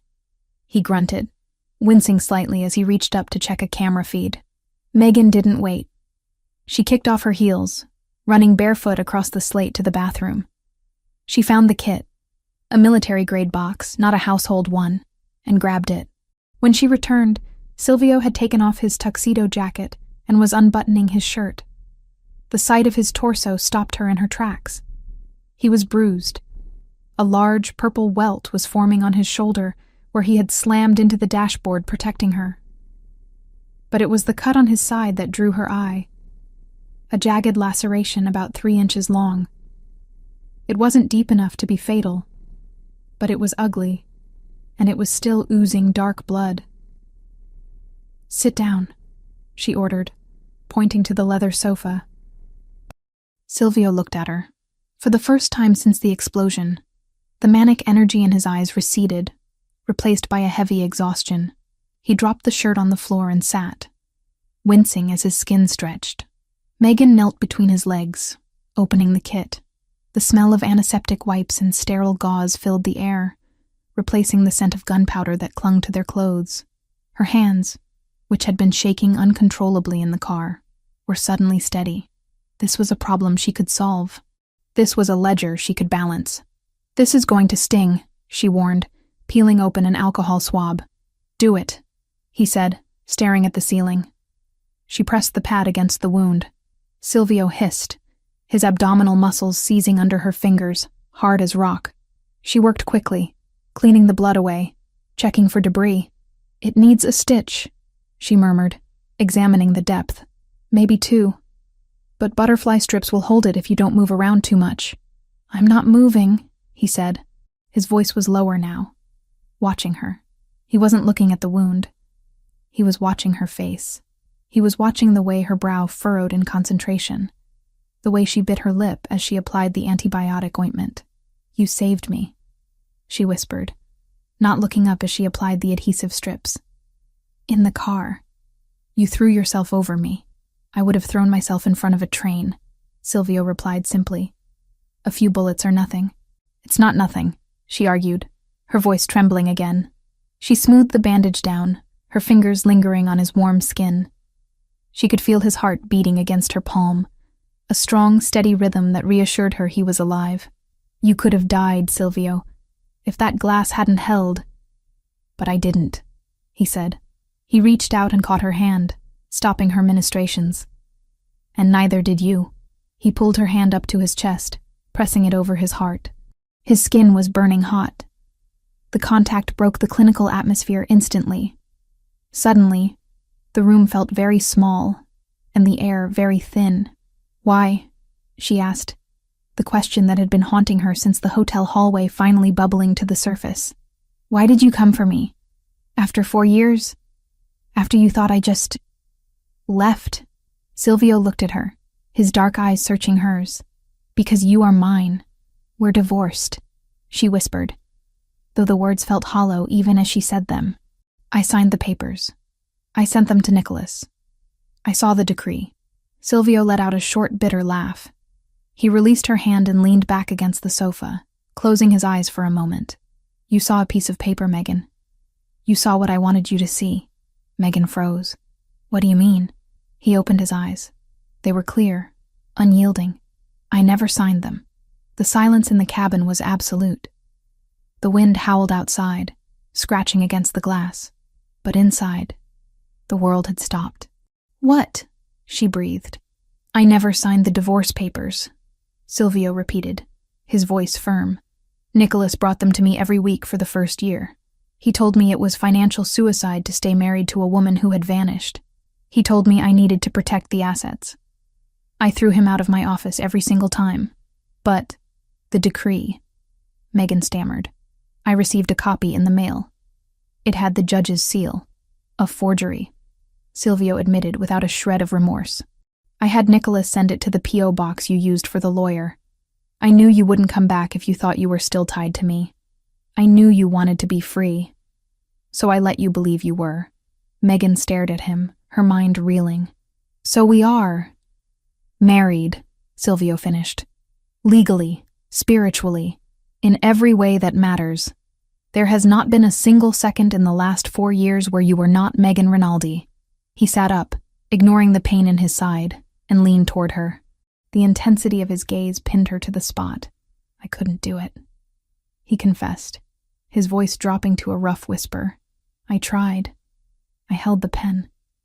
But every time I looked at that line, it felt like signing my own death warrant. I would rather have lived in hell knowing you were somewhere in the world as my wife than live in heaven as a free man. Tears pricked Megan's eyes. She thought of her mother's hospital bills, the crushing debt, the fear of the collectors. She thought of the nights she had cried herself to sleep, missing him, thinking she had severed the bond forever. And all this time, you kept me, she said, a tear sliding down her cheek. I will always keep you, he vowed. He reached out and wiped the tear away with his thumb, his touch rough but infinitely gentle. I told you tonight. You never left. You just took a long walk. The distance between them vanished. It wasn't a decision. It was gravity. Megan moved, or maybe he pulled her. She didn't know. Suddenly she was straddling his lap, careful of his injury, her hands tangling in his dark, messy hair. Silvio groaned, a sound of pure, starving need, and buried his face in her neck. Silvio, she gasped as his hands found the zipper of the ruined dress. I need to feel you, he muttered against her skin, his lips trailing fire down her throat. I need to know you're real. 4 years, Megan. 4 years of ghosts. The dress fell away. The cold air of the room touched her skin for only a second before his hands were there, covering her, claiming her. There was no hesitation, no awkwardness of rediscovery. Her body remembered his. His hands remembered every curve of her. It was a frantic, desperate collision. He kissed her, and it wasn't gentle. It was a reclaiming. It tasted of survival and fury and love that had been twisted by pain until it was something sharper, something stronger. Megan kissed him back with equal force, pouring all the lonely nights, all the fear, all the grief for her mother into the contact. You're mine, He growled against her mouth, his grip on her hips bruisingly tight. "Tell me, I'm yours," she sobbed, clinging to his shoulders. "I never stopped. I'm yours, Silvio." The intimacy that followed wasn't just physical. It was an exorcism. With every touch, they burned away the years of separation. They burned away the image of her in the maid's uniform, the image of him alone in his office. They anchored themselves to each other, skin to skin, breath to breath, until there was nothing left in the world but the two of them in a glass box suspended over a snowy abyss. Later, the silence was different. It wasn't empty. It was full. They lay tangled together under a heavy fur throw on the sofa, too exhausted to move to the bedroom. The fire in the hearth, which Silvio had lit at some point, cast flickering orange shadows on the walls. Megan rested her head on his uninjured shoulder, listening to the steady, strong beat of his heart. She traced the line of his jaw with her finger. He caught her hand and kissed the palm. "What happens tomorrow?" she asked softly. Silvio tightened his arm around her. "Tomorrow we hunt. We find out who leaked the root. We find out who threatened you 4 years ago." "I think I can help," she said. Silvio shifted slightly to look at her. "You've done enough. You saved me tonight. You kept me sane." "No," Megan said, sitting up slightly, pulling the fur up to cover her chest. Her hazel eyes were clear now, the fear replaced by a sharp, cold intelligence that reminded him of the woman who used to audit his legitimate businesses before the threats started. "I mean, I can help. Practically." "How?" "The leak," she said. "It had to be digital. Even if Nicholas or someone else knew the route verbally, they had to communicate it to the shooters. They had to track the GPS of the SUV to time the explosion. That leaves a footprint." Silvio frowned. "My tech team sweeps for bugs daily. Your tech team is looking for external threats," Megan countered. "They aren't looking for authorized users moving data through back doors. I used to audit your books, Silvio. I know how the money moves, but I also know how the information moves. If someone inside sent that location, they used the internal network to do it so it wouldn't flag the external firewalls." She looked at the tablet on the wall, the one controlling the security grid. "Do we have a secure link to the main server from here?" she asked. Silvio nodded slowly, a look of intrigue replacing the exhaustion on his face. "Yes. This place is hardwired into the mainframe. It's a mirror of my office." "Then give me access," she said. "Give me the admin codes. While everyone thinks we're dead or running, I can go through the logs. I can see who accessed the travel itinerary and who pinged the car's GPS in real time." Silvio studied her. He saw the shift. She wasn't the trembling maid anymore. She wasn't just his wife. She was a partner. She was offering to step into the war, not just hide behind him. "It will be dangerous," he warned. "If you find something. Once you know, there is no going back. You become a target again." "I've been a target for 4 years," Megan said hard. "I'm done running. I want to know who killed my time with my mother. I want to know who stole my life." Silvio reached up and cupped her cheek. He smiled, a dark, terrifying expression that mirrored her own newfound resolve. "That's my girl," he whispered. The morning sun hit the glass walls of the fortress with blinding brilliance, turning the snow-covered world outside into a sheet of white fire. Megan woke up alone on the sofa. For a second, panic flared. The old reflex of waking up to an empty apartment. But then she smelled coffee. She sat up, wrapping the fur blanket around herself. Her body ached, a pleasant, sore reminder of the night before. She looked around. Silvio was standing by the kitchen island, dressed in fresh clothes he must have found in the cabin's supply. Black tactical pants and a gray thermal shirt that stretched tight over his chest. He was on the phone, speaking in rapid, hushed Italian. He saw her move and hung up immediately. "Good morning," he said. He walked over with a mug of coffee, steaming and black, just the way she used to take it. "Morning." She took the cup, her fingers brushing his. "Is everything okay?" "The wound?" "Stiff," he admitted, touching his side. "But fine." The bleeding stopped. He leaned against the island, crossing his arms. "I made some calls. The official story is that we are missing. presumed dead or critically injured. The car wreck looked bad enough to sell it. The 'Ndrangheta is celebrating. Giardoni thinks he won. Good. Megan blew on her coffee. Let them celebrate. It makes them sloppy. Alexander is fine, Silvio added, answering the question he knew she was about to ask. He has a concussion and a broken arm, but he managed to limp the SUV to the extraction point. He's in a safe house downtown. Thank God, Megan breathed. Now. Silvio pushed a sleek silver laptop across the granite countertop toward her. You asked for access. Megan stood up, clutching the blanket like a toga. She walked to the counter and looked at the computer. It was already booted up, the login screen for the Rinaldi private server blinking a cursor. I need your credentials for the initial handshake, she said. Silvio typed in a long string of characters. The screen flashed red, then green. Access granted. Megan sat on the bar stool. She cracked her knuckles, a habit from her college days before exams. She wasn't looking at spreadsheets of money this time. She was looking at data packets, login timestamps, and encrypted communication logs. Okay, she muttered, her eyes scanning the code. The ambush happened at 11:42 p.m. That means the signal had to go out between 11:30 and 11:40 to get the shooters in position. Silvio stood behind her, watching the screen over her shoulder. He didn't understand the raw code as well as she did, but he understood the patterns she was hunting. Filter by user clearance level, Silvio suggested. Only level 4 and above knew the route. Already doing it, Megan's fingers flew across the keys. Nicholas, Marco, you, Alexander, and... Wait, she frowned, leaning closer to the screen. What is it? Silvio asked, sensing the tension in her shoulders. There's a ghost protocol here. She pointed to a line of gray text hidden beneath the standard traffic. Someone ran a shadow mirror on your GPS. It wasn't a direct query, it was a passive tap. They didn't ask the car where it was. They asked the phone paired to the car where it was. My phone? Silvio touched his pocket. No, Megan shook her head. Your phone is encrypted with military-grade shielding. Alexander's is too. This tap, it came from a device that was authorized but had lower security protocols.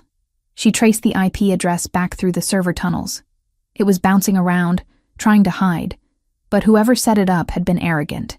They hadn't expected an audit this fast. They hadn't cleared the cache. Got you, she whispered. She hit enter. The location of the device popped up. It wasn't a phone, Megan said, her blood running cold. It was the tablet, the inventory tablet used in the estate kitchen. Silvio froze. The kitchen? Who has access to the kitchen inventory tablet? Megan asked, turning to look at him. It's on the main Wi-Fi, but it doesn't have the same firewalls as the security office. Silvio's face darkened. The chef, the supply delivery guys, and... He trailed off, a realization hitting him. And Nicholas, he said, his voice dropping to a subterranean growl. Nicholas approves the supply orders. He uses that tablet to sign off on the invoices every Friday. Look at the timestamp on the tap, Megan pointed. Friday at 4:00 p.m. A background script was installed. It lay dormant until the car started moving last night. Then it woke up and broadcasted our location to an external server. And that server? Silvio asked. Megan ran one last command. The destination IP resolved. It's a shell company in the Cayman Islands, she said. But look at the registered owner of the domain. The name appeared on the screen in plain text. Viper Holdings. The 'Ndrangheta, Silvio spat. Giardoni's front company. Nicholas planted a bug, Megan summarized, sitting back, her heart hammering. He's the traitor, Silvio. He's the one who sold us out. And if he did this, he's the one who had access to my schedule 4 years ago. He was the one who handled the estate finances. He knew when I was at the gala. He knew about the security blind spots because he paid the contractors who installed them. Silvio didn't scream. He didn't flip the table.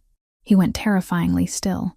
It was the stillness of a predator that had just confirmed the scent of its prey. Nicholas, he said, the name sounding like a curse. My father hired him. I grew up with him.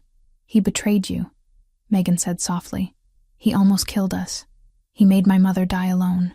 Silvio turned away from the counter. He walked to the window and looked out at the snow.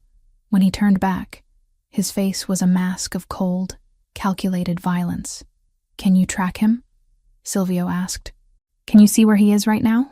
If he's accessing the accounts, Megan said, turning back to the keyboard. I can try to find his active session. She typed for another minute. He's not at the office. He's not at his apartment. She hit a key. A map popped up. He's at the mansion, Megan said, surprised. He's in your office, Silvio, right now. He thinks I'm dead, Silvio realized. He's cleaning house. He's trying to transfer the funds before the news breaks officially. He's draining the accounts, Megan confirmed, watching the numbers flicker on the screen. He's moving millions, right now. Look. Silvio walked over and looked at the transfer bars filling up. He placed a hand on Megan's shoulder. Can you stop it? I can freeze it, Megan said. But he'll know. He'll see the lockout. He'll run. We need to get there before he runs, Silvio said. We need to catch him in the act. It's an hour drive back down the mountain, Megan said. By the time we get there, he could be gone. Not if you keep him busy, Silvio said. He looked at her. A plan forming. You said you can see him. Can you talk to him? Through the system? I can send a message to the terminal. Megan nodded. Good. Silvio walked to the closet and grabbed a heavy tactical vest. He threw it on over his thermal shirt. Freeze the accounts. Lock the doors remotely. Trap him in that office, Megan. Make him watch his retirement fund disappear. Buy me the time I need to get down there and look him in the eye. Megan looked at the laptop, then at Silvio. She felt a surge of power. She wasn't the victim anymore. She was the one with the finger on the button. Consider it done, she said. Silvio grabbed his keys and his gun. He stopped at the door, looking back at her. She was illuminated by the blue light of the screen, fierce and beautiful and deadly. Don't unlock that door until I call you, he ordered. Go get him, Megan said. Silvio disappeared out the door into the snow. Megan turned back to the screen. She watched the transfer bar at 80%. She hovered her finger over the execute key. Hello, Nicholas, she whispered. She pressed the button. On the screen, the transfer bar turned red. Transaction denied. System lockdown initiated. The game was on. The blue light of the monitor was the only source of warmth in the vast frozen silence of the safe house. Megan sat hunched over the kitchen island, her fingers flying across the laptop keyboard with a speed born of adrenaline and old muscle memory. On the screen, the battle was silent, but violent.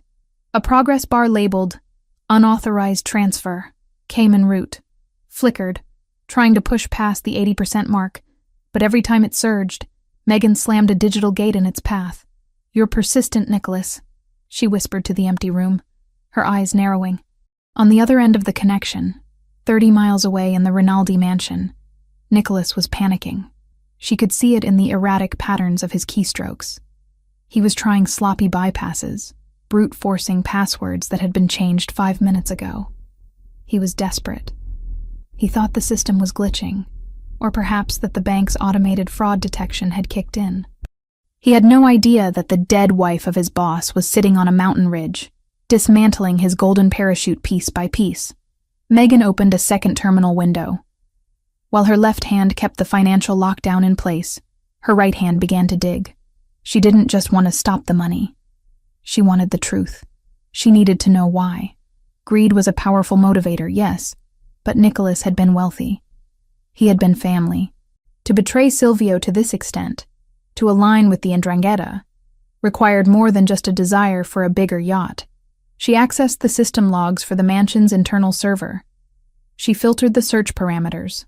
User, Nicholas admin. Date range, 4 years ago. The screen populated with thousands of files, emails, invoices, security approvals.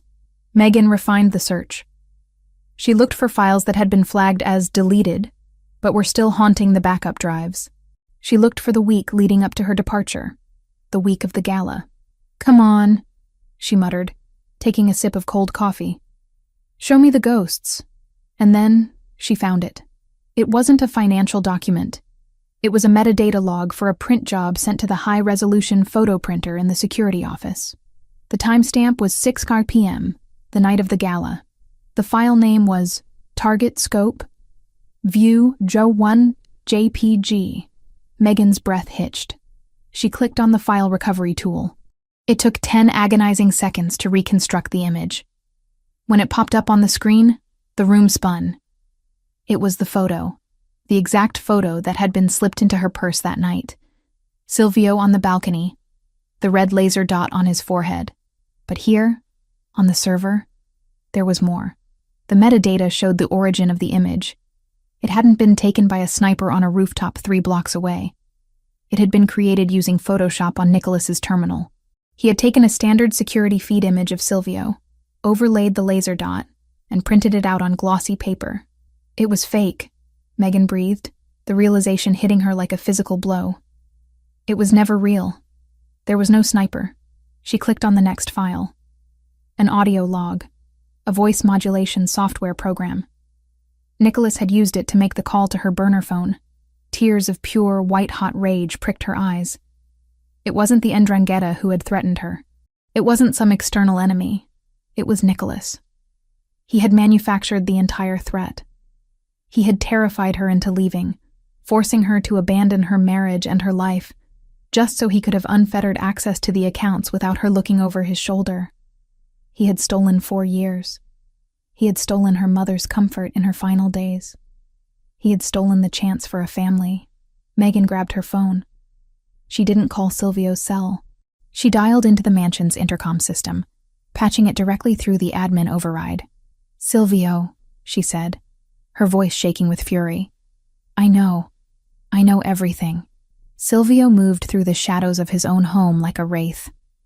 The mansion was quiet, the skeleton crew of night guards patrolling the perimeter, unaware that their boss was inside the walls. He had entered through the servants' tunnels, bypassing the main gates. He didn't want an audience. He wanted Nicholas. He reached the heavy oak door of his study. He could hear muttering from inside, frantic, angry cursing, the sound of a fist slamming against a desk. Silvio didn't draw his gun immediately. He wanted to look him in the eye first. He gripped the handle, turned it silently, and pushed the door open. Nicholas was standing behind the massive mahogany desk, his back to the door. He was a man unraveling. His tie was loosened, his expensive suit jacket thrown on the floor. He was typing furiously on the keyboard, sweat visible on the back of his neck. "Come on, you piece of junk!" Nicholas shouted at the screen. "Authorize! Override!" "It won't work," Silvio said. The voice was soft, calm, and utterly terrifying. Nicholas froze. He spun around so fast he nearly knocked over the monitor. When he saw Silvio standing in the doorway, mud on his boots, a tactical vest over his chest, eyes like 2 pits of hell, Nicholas's face went gray. "Silvio," he stammered. "Boss? I heard the news said that I was dead?" Silvio finished, stepping into the room and closing the door behind him.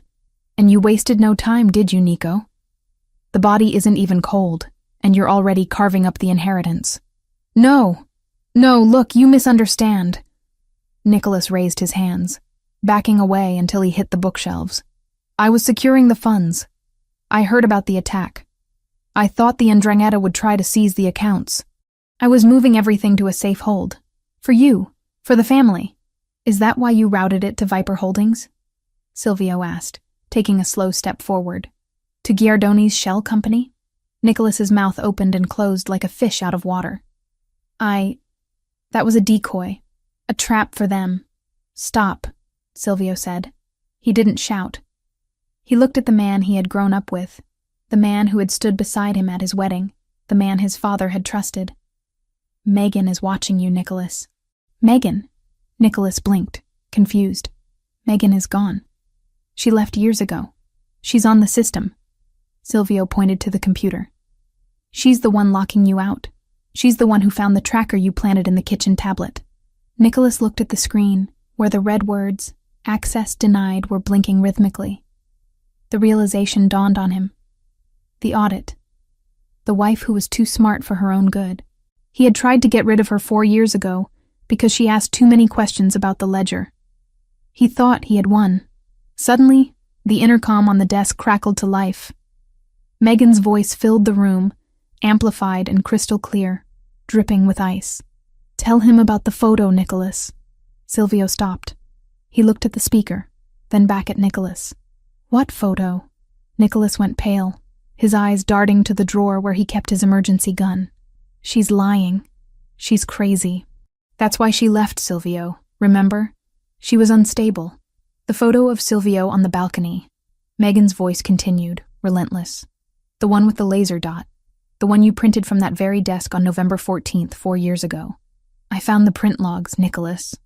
I found the Photoshop file." Silvio went very still.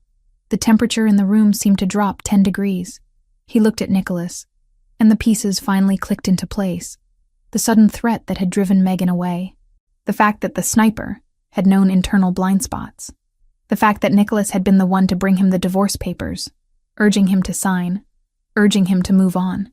"You," Silvio whispered.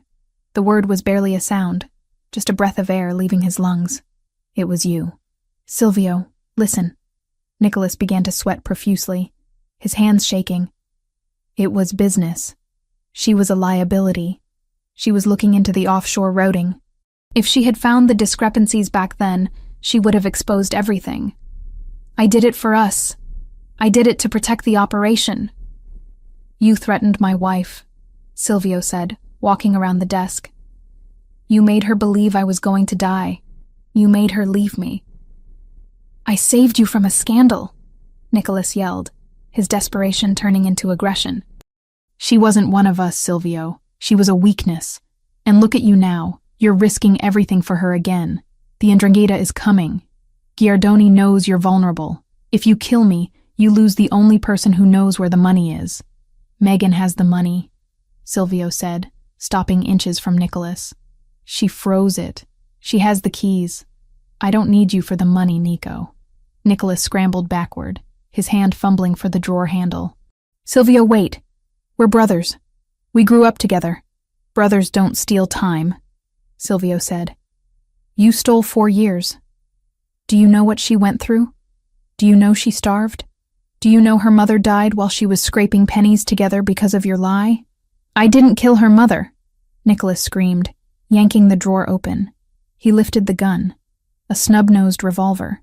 Silvio didn't flinch. He didn't even blink. He moved with a speed that defied his size. Before Nicholas could level the weapon, Silvio's hand shot out, clamping around the barrel and Nicholas's fingers. He twisted the gun upward and inward with a sickening crunch of breaking bone. Nicholas screamed, dropping to his knees. The gun clattered to the floor. Silvio stood over him, looking down with eyes that held no humanity, only the cold, dead vacuum of space. "She kept me safe by leaving," Silvio said softly. "She sacrificed everything, because she thought a bullet was coming for me. She loved me that much." He reached down and picked up the revolver. He weighed it in his hand. "You wanted to be the sniper, Nicholas?" Silvio asked. "You wanted to call the shots?" "Silvio, please," Nicholas sobbed, clutching his broken hand. "I can fix it. I can make a deal with Giardoni. I can—" "Megan," Silvio said, raising his voice slightly to be heard by the intercom. "Are you there?" "I'm here." Her voice came back, steady but tight. "Close the connection," Silvio ordered. "You don't need to hear this." "Silvio, close it." There was a pause, and then the sound of the line cutting dead. The speaker went silent. Silvio looked back at Nicholas. "You took my life away for 4 years. You made my wife live in hell." "I'm sorry," Nicholas wailed. "I know," Silvio said. He raised the gun. The sound of the shot was muffled by the heavy acoustic paneling of the study. One shot. Clean. Final. Nicholas crumpled to the floor, the silence returning to the room instantly. Silvio stood there for a long moment, staring at the body of the man he had once called brother. He didn't feel triumph. He didn't feel relief. He felt a deep, hollow exhaustion. But beneath it, he felt the beginning of peace. The lie was dead. The rot had been cut out. He walked over to the computer. The screen still showed the access denied message Megan had initiated. He reached into his pocket and pulled out his phone. He dialed the safe house. "It's done," he said when she answered. "Are you okay?" Megan asked. Her voice was small, stripped of the digital armor she had worn during the hack. "No," Silvio admitted, wiping a splatter of blood from his cheek. "But I will be. Nicholas is gone." "Silvio, there's something else," Megan said, her tone shifting to urgency. "Now that Nicholas is offline, the system is showing incoming traffic. Not financial. Physical." Silvio frowned, walking to the window and peering through the blinds at the dark grounds of the estate. "What do you mean?" "Nicholas had a dead man switch," Megan explained, her fingers typing rapidly in the background. "Or a failsafe. When his heartbeat monitor disconnected, he was wearing a smartwatch linked to the server. It sent a signal out. Not to the police. To Giardoni," Silvio realized, his grip on the phone tightening. "The perimeter sensors just lit up," Megan said, her voice rising in panic. "Silvio, they aren't just coming. They're already there. The 'Ndrangheta. They were waiting for Nicholas to give the all-clear, or for him to die. They're breaching the east gate." Silvio looked out the window. In the distance, near the tree line, he saw a shadow move. Then another. Then the flash of a muzzle suppressor. "The siege," Silvio muttered. "They want the mansion. They want to wipe us out while they think we're weak." "Get out of there," Megan screamed. "Get to the tunnels." "No," Silvio said, a cold calm settling over him. He checked the load in the revolver and then holstered it, reaching for his own semi-automatic on his hip. "If I run, they burn this house down. They take everything. My father's legacy, our memories, the room where I kept your things. Silvio, don't be stupid. It's just a house. It's our fortress," he corrected. "And I am done running. Let them come. I have the high ground, and I have you." "Me? Can you access the automated defenses?" Silvio asked. "The shutters? The gas suppression systems in the hallways? The smart locks?" "Yes," Megan said, her breath catching. "I have full admin control." "Then you're not just watching," Silvio said, moving toward the hallway. "You're my eyes. You're my overwatch. I'm going to hunt them, Megan. And you're going to tell me where they are." "Okay," Megan breathed. "Okay. I see 3 targets moving toward the kitchen entrance. 2 more at the garage." "Kitchen first," Silvio said. "Lock the garage doors. Trap the 2 inside. I'll deal with the 3 in the kitchen." "Done," she said. The sound of keystrokes was furious. "Garage sealed. They're banging on the doors. The kitchen group is inside. They're moving toward the stairs. I'm waiting for them," Silvio said, stepping into the shadows of the grand staircase. The grief was gone. The betrayal was buried with Nicholas. Now, there was only the war. And for the first time, the Rinaldi family was fighting it together. "Guide me, Bella," Silvio whispered. "Let's finish this." The silence of the Rinaldi estate was a deception. To the 5 men moving silently through the manicured hedges of the east garden, the mansion looked like a sleeping beast. Dark, quiet, and vulnerable. They wore tactical black, their faces covered by balaclavas, moving with the practiced efficiency of a hit squad that had done this a dozen times before. They believed the intelligence they had been sold. The boss was missing, likely dead. The traitor Nicholas was inside clearing the way, and the house was empty of resistance. They were wrong. High above them, in the fortified study on the 2nd floor, Megan Collins watched their heat signatures glowing red on the high-definition monitors. She sat in Silvio's leather chair, the massive desk feeling too big for her, but the power at her fingertips feeling just right. She wasn't trembling anymore. The fear that had paralyzed her in the hotel hallway, the grief that had hollowed her out for 4 years, it had all been distilled into a cold, sharp clarity. She pressed the earpiece deeper into her ear, her eyes darting between the camera feeds. "I see 5, she whispered, her voice steady. 3 breaching the kitchen service entrance, 2 circling toward the library patio doors. Let the patio team get to the glass." Silvio's voice came back, calm and lethal in her ear. "I want them confident. Focus on the kitchen." Megan's fingers hovered over the command console. The software interface was a map of the house, a digital chessboard where she controlled the walls themselves. "Kitchen team is cutting the lock. They're in." On screen 3, she watched the grainier night vision feed of the industrial kitchen. 3 shadows slipped inside, weapons raised, scanning the stainless steel counters and the hanging copper pots. They moved past the massive walk-in freezer, heading for the hallway that led to the main atrium. "They're moving to the corridor," Megan reported. "Silvio, they're heading right for you." "Not yet," Silvio said. "Isolate them." Megan tapped the command key. "Execute. Protocol 4. Sector lockdown." Downstairs, the heavy, fire-rated steel doors at both ends of the kitchen slammed shut simultaneously.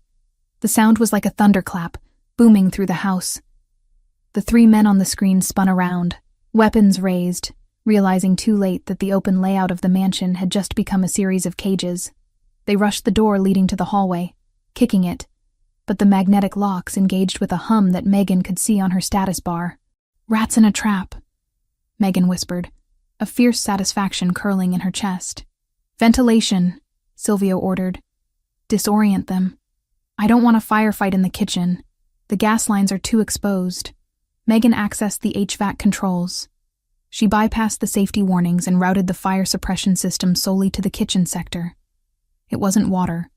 The Rinaldi estate used a halon-based gas mixture designed to suck the oxygen out of a fire instantly. It wouldn't kill the men, not immediately, but it would make breathing feel like inhaling broken glass and turn the visibility to 0. "Deploying gas," she said. On the screen, white jets of gas erupted from the ceiling nozzles. The 3 men staggered, clawing at their throats, their tactical coordination dissolving into panic. They couldn't see. They couldn't breathe. And they were trapped in a steel box. "Kitchen is neutralized for now," Megan said. But the library team heard the doors slam. "They're moving fast. They're placing charges on the glass." "I'm moving to the library," Silvio said. "Open the shutters."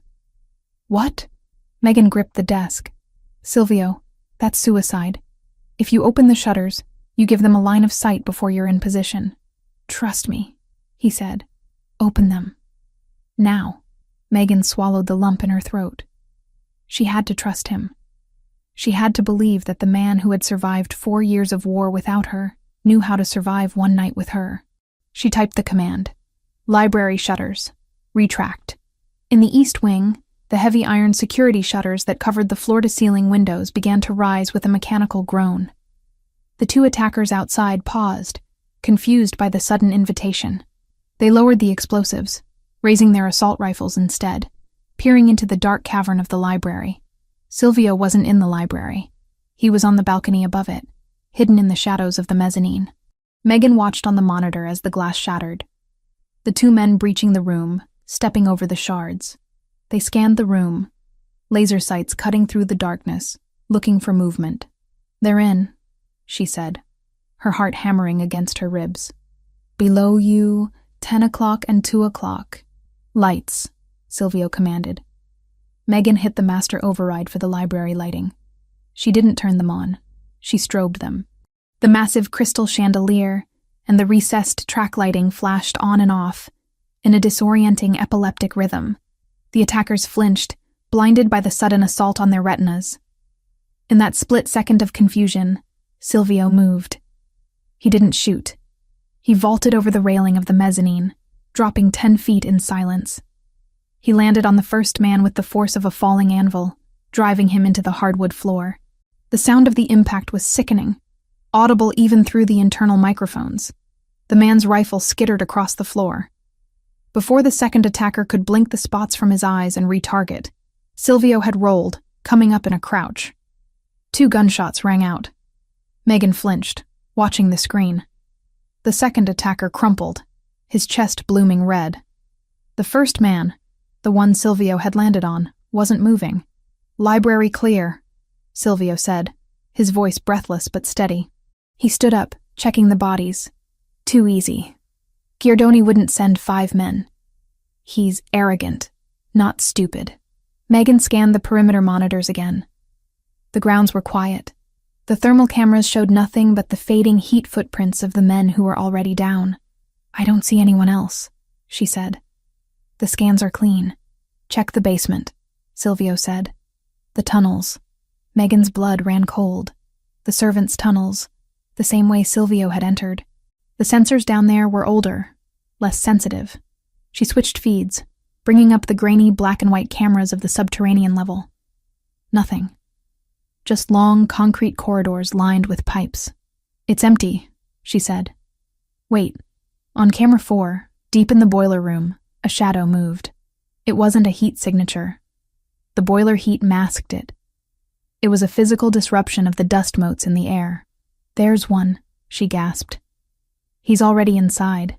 He bypassed the perimeter. He must have cut the grate before the others attacked."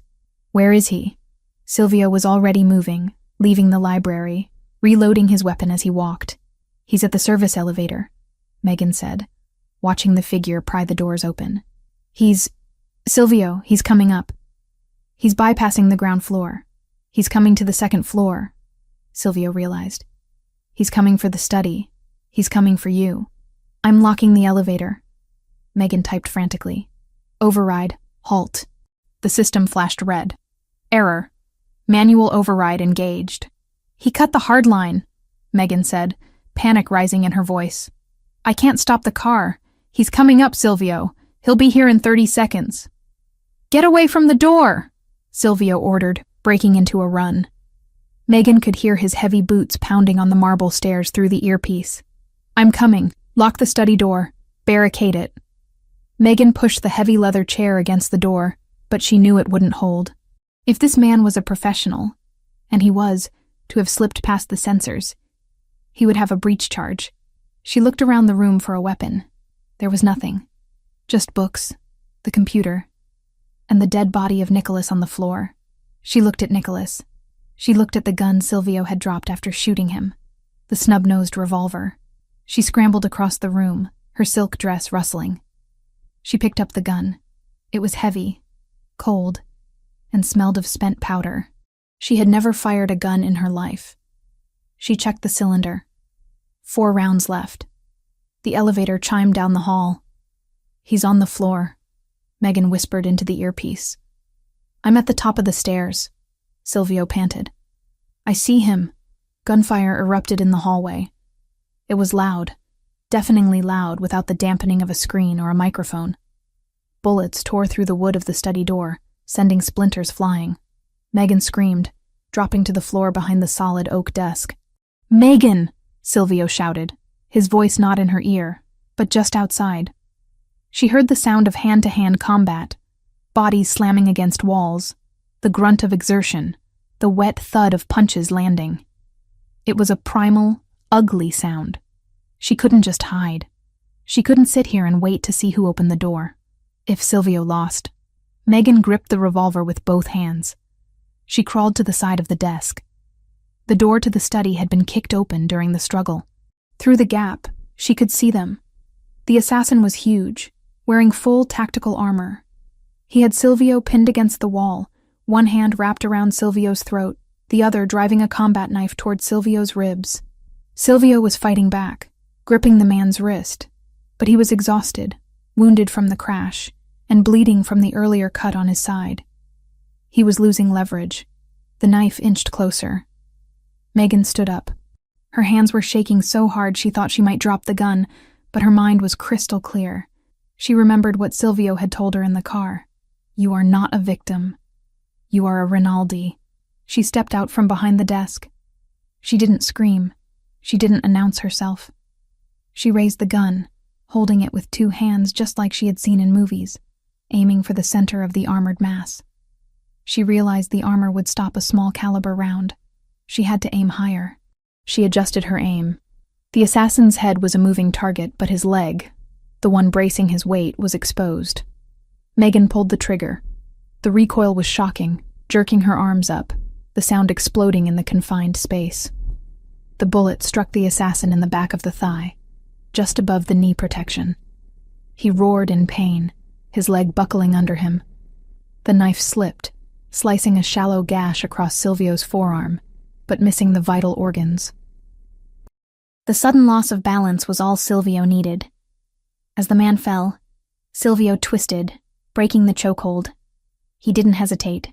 He grabbed the assassin's own knife hand, driving his knee into the man's solar plexus, doubling him over. Silvio wrenched the knife free and drove it downward in a blur of motion. The assassin went limp, sliding down the wall to the floor. Silence returned to the hallway, ringing and absolute. Silvio stood there, heaving for breath, blood dripping from his arm, his shirt torn, his knuckles raw. He looked at the body, then he looked up. He looked at Megan. She was standing in the doorway of the study, the smoking revolver still clutched in her hands, her face pale but her eyes fierce. She wasn't fainting. She wasn't crying. She was standing her ground. Silvio walked toward her. He didn't run.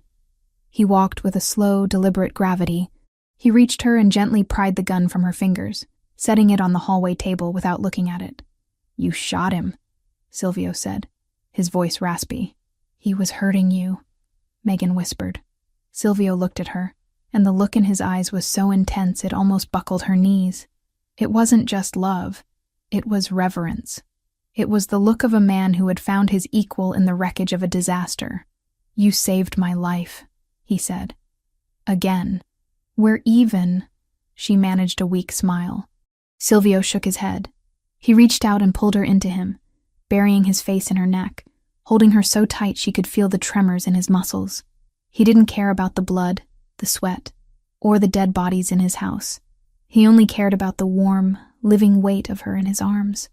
"We are not even," he murmured against her skin. "We are one. There is no score anymore." He pulled back, cupping her face, his thumbs smearing a speck of dust on her cheek. "Is it over?" Megan asked, leaning into his touch.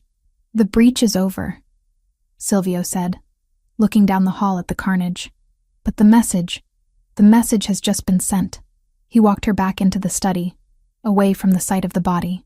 He went to the computer, which was still flashing the status of the house. Kitchen.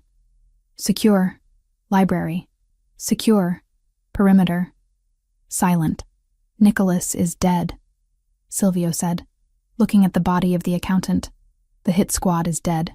And Giardoni is sitting in his club waiting for a phone call that is never going to come." "What do we do?" Megan asked. Silvio picked up the phone, Nicholas's phone, which had fallen on the floor. He unlocked it using the dead man's thumb. He found the last number dialed. Viper Holdings. He hit call. He put it on speaker. It rang twice. "Is it done?" Giardoni's voice came through, eager and impatient. "Is Rinaldi dead?" Silvio looked at Megan. He signaled for her to speak. Megan leaned over the phone. Her voice was steady, cold, and carried the weight of a woman who had walked through fire and come out holding the match. "Room service is closed, Franco," she said. There was a stunned silence on the other end. "Megan?" Giardoni choked out. "And so is your account," Silvio added, his voice like grinding stone. "I suggest you run, Franco. Although, with $0 in your offshore funds, I don't think you'll get very far." He hung up the phone. Silvio turned to Megan. The adrenaline was fading, replaced by a bone-deep exhaustion. But beneath it, the foundation of their future was setting like concrete. They had survived the lie. They had survived the poverty. They had survived the bullet. "We need to clean this up," Silvio said, looking around the room. "We will," Megan said. She reached out and took his hand, her fingers interlacing with his, blood and all. "But first, I think I need to sit down." Silvio laughed, a genuine, relieved sound that broke the tension. He lifted her up, carrying her out of the office, stepping over the debris of their war. He carried her down the hall to their bedroom, the one place that was still untouched, still pure.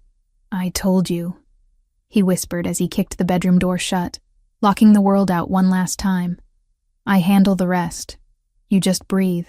And as Megan laid her head on his chest, listening to the steady, victorious rhythm of his heart, she finally did. The siege was over. The queen was home, and the king was never letting her go again.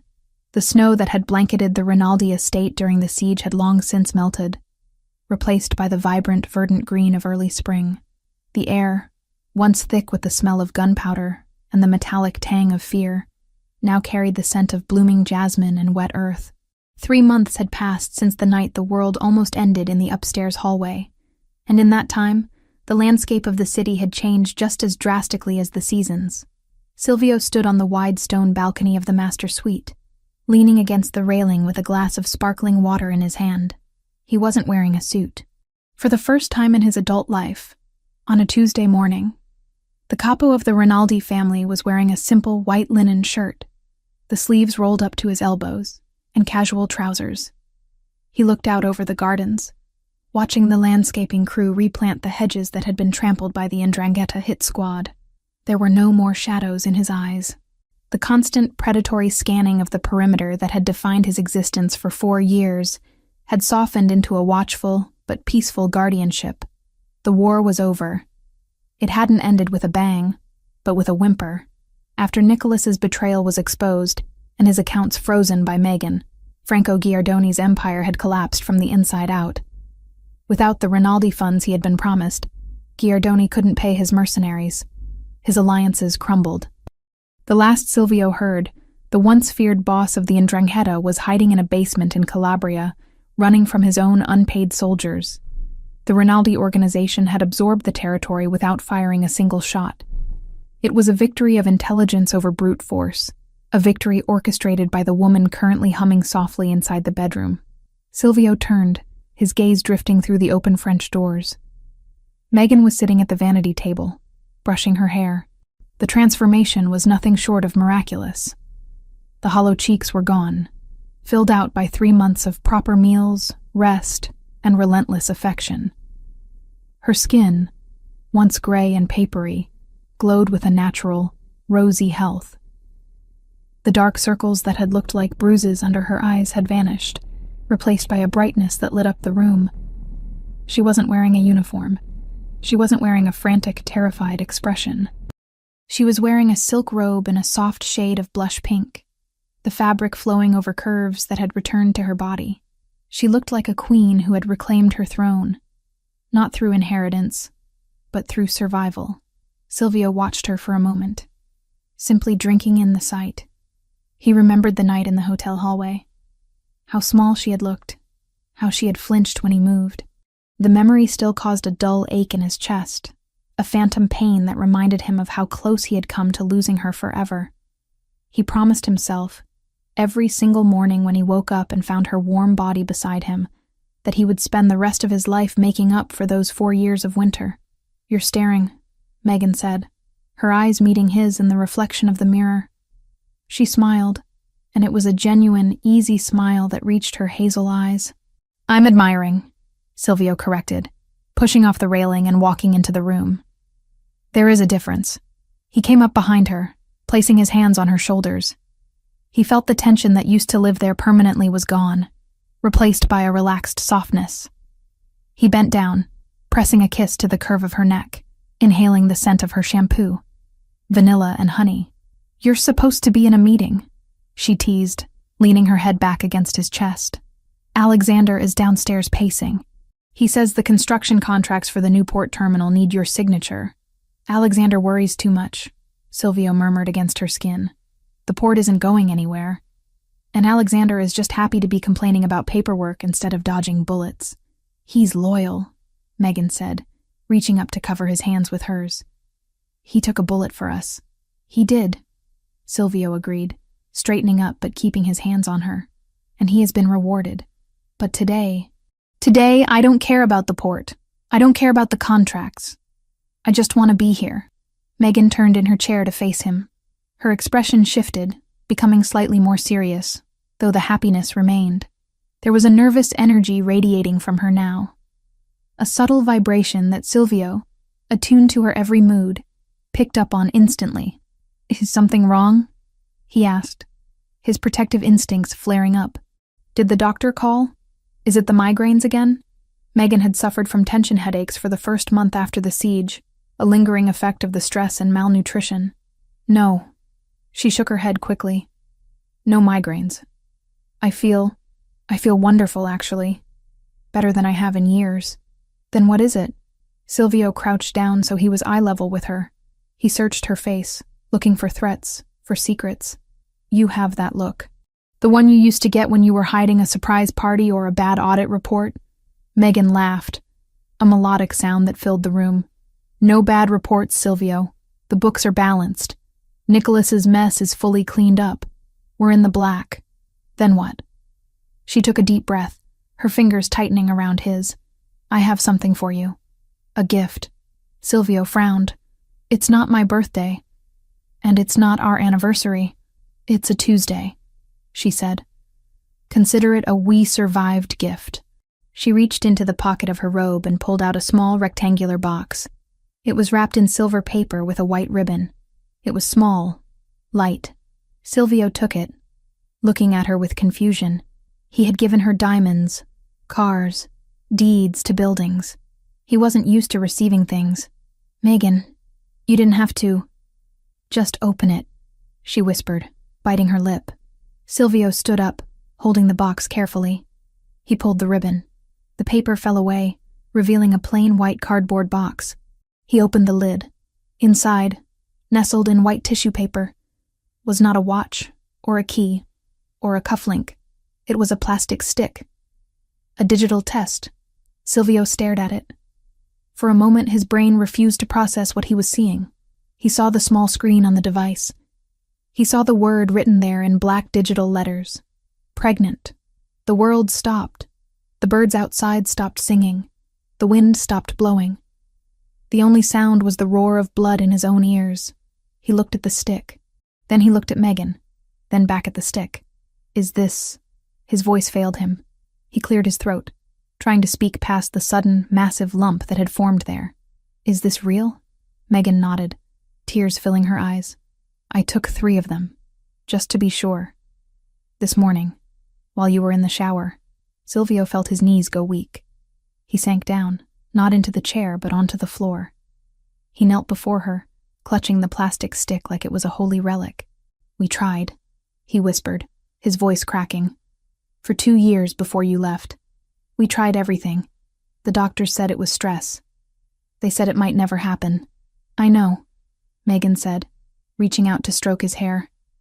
I guess we just needed to survive first. We needed to be safe. Silvio dropped his head, resting his forehead against her knees. His shoulders began to shake. He wasn't sobbing loudly. He was weeping silently, a release of tension so deep it felt like his soul was unspooling. For years, he had accepted that his legacy would end with him. He had accepted that the violence of his life demanded a price. And that price was a family. He had made peace with being the last Rinaldi. And then, when Megan left, he had accepted that he would die alone. But now, he lifted his head. His eyes were red, shining with a raw vulnerability that no one in the underworld had ever seen or would ever see. A baby, he said, testing the word. Our baby. Yes. Megan smiled through her own tears. Due in the winter. Silvio reached out, his large, calloused hand trembling as he placed it on her stomach. There was no bump yet, nothing to feel but the silk of her robe and the warmth of her skin. But to him, the connection was instant and electric. Beneath his palm, a new life was starting. A life created not from obligation, but from a love that had walked through fire and refused to burn. I will keep you safe, he vowed, speaking to her stomach with a fierce, terrifying intensity. I will burn the world down before I let anything touch you. You hear me? Nothing will ever hurt you. Silvio, Megan said softly, cupping his face and making him look at her. You don't have to burn the world down anymore. The world knows. They know not to touch us. I will make sure they remember, he swore. He leaned forward and kissed her stomach, a devout, reverent press of his lips against the fabric. Then he stood up, pulling her with him. He hugged her, lifting her off her feet, burying his face in her neck. He held her as if she were made of glass, yet anchored her as if she were the only solid thing in the universe. Are you happy? She asked against his shoulder. Silvio pulled back. He looked at the woman who had scrubbed floors to save him. He looked at the woman who had walked into a gunfight with a revolver to save him. He looked at the mother of his child. Happy is too small a word, he said hoarsely. I am complete. He took her hand and led her back toward the balcony doors. The sun was higher now, bathing the room in golden light. The darkness of the hotel corridor, the cold of the mountain safe house, the blood on the study floor, it all felt like a different lifetime. They stepped out onto the balcony. Below, Alexander looked up from the garden path. He saw them. Silvio standing tall and proud, Megan glowing beside him. Alexander paused, seeing the look on his boss's face. He didn't need to be told. He smiled, gave a sharp nod, and turned away, giving them their privacy. "What happens now?" Megan asked, echoing the question she had asked herself 1,000 times in the last 4 years, usually with dread. Silvio turned her to face him. He wrapped his arms around her waist, pulling her flush against him. "Now," he said, his voice strong and sure. "We live. We build. We raise a legacy that isn't about blood and bullets, but about this." He kissed her. It was a slow, deep kiss, tasting of coffee and promise. It was a seal on the future. "I have a meeting," Silvio whispered against her lips, a playful glint returning to his eyes. "The port contracts," Megan reminded him. "Cancel them," he said. "Cancel everything." "I'm busy." "Busy doing what?" She laughed. "Taking care of my wife," he said. "And my heir." He picked her up bridal style, ignoring her squeal of surprise. He carried her back inside the room. He didn't stop at the bed. He walked to the heavy double doors that led to the hallway, the doors that separated their sanctuary from the rest of the mansion, from the business, from the world. He looked at the doors. He thought about the title she had worn for 4 years. Room service. The invisible servant. The one who enters, leaves, and is forgotten. "No more service," he whispered. "Only the room." He kicked the door shut. The heavy latch clicked into place, a solid, definitive sound. Inside, the world was quiet. The danger was gone. The past was buried in the snow. Only the future remained. A future where the maid was a queen, the monster was a father, and the love they had fought for was finally, perfectly, safe. Silvio carried her to the bed, laying her down with the reverence due to a miracle. He lay beside her, his hand resting protectively over her stomach, his eyes closing as he listened to the 2 heartbeats that now fueled his existence. The door was closed, and they were finally, truly, home.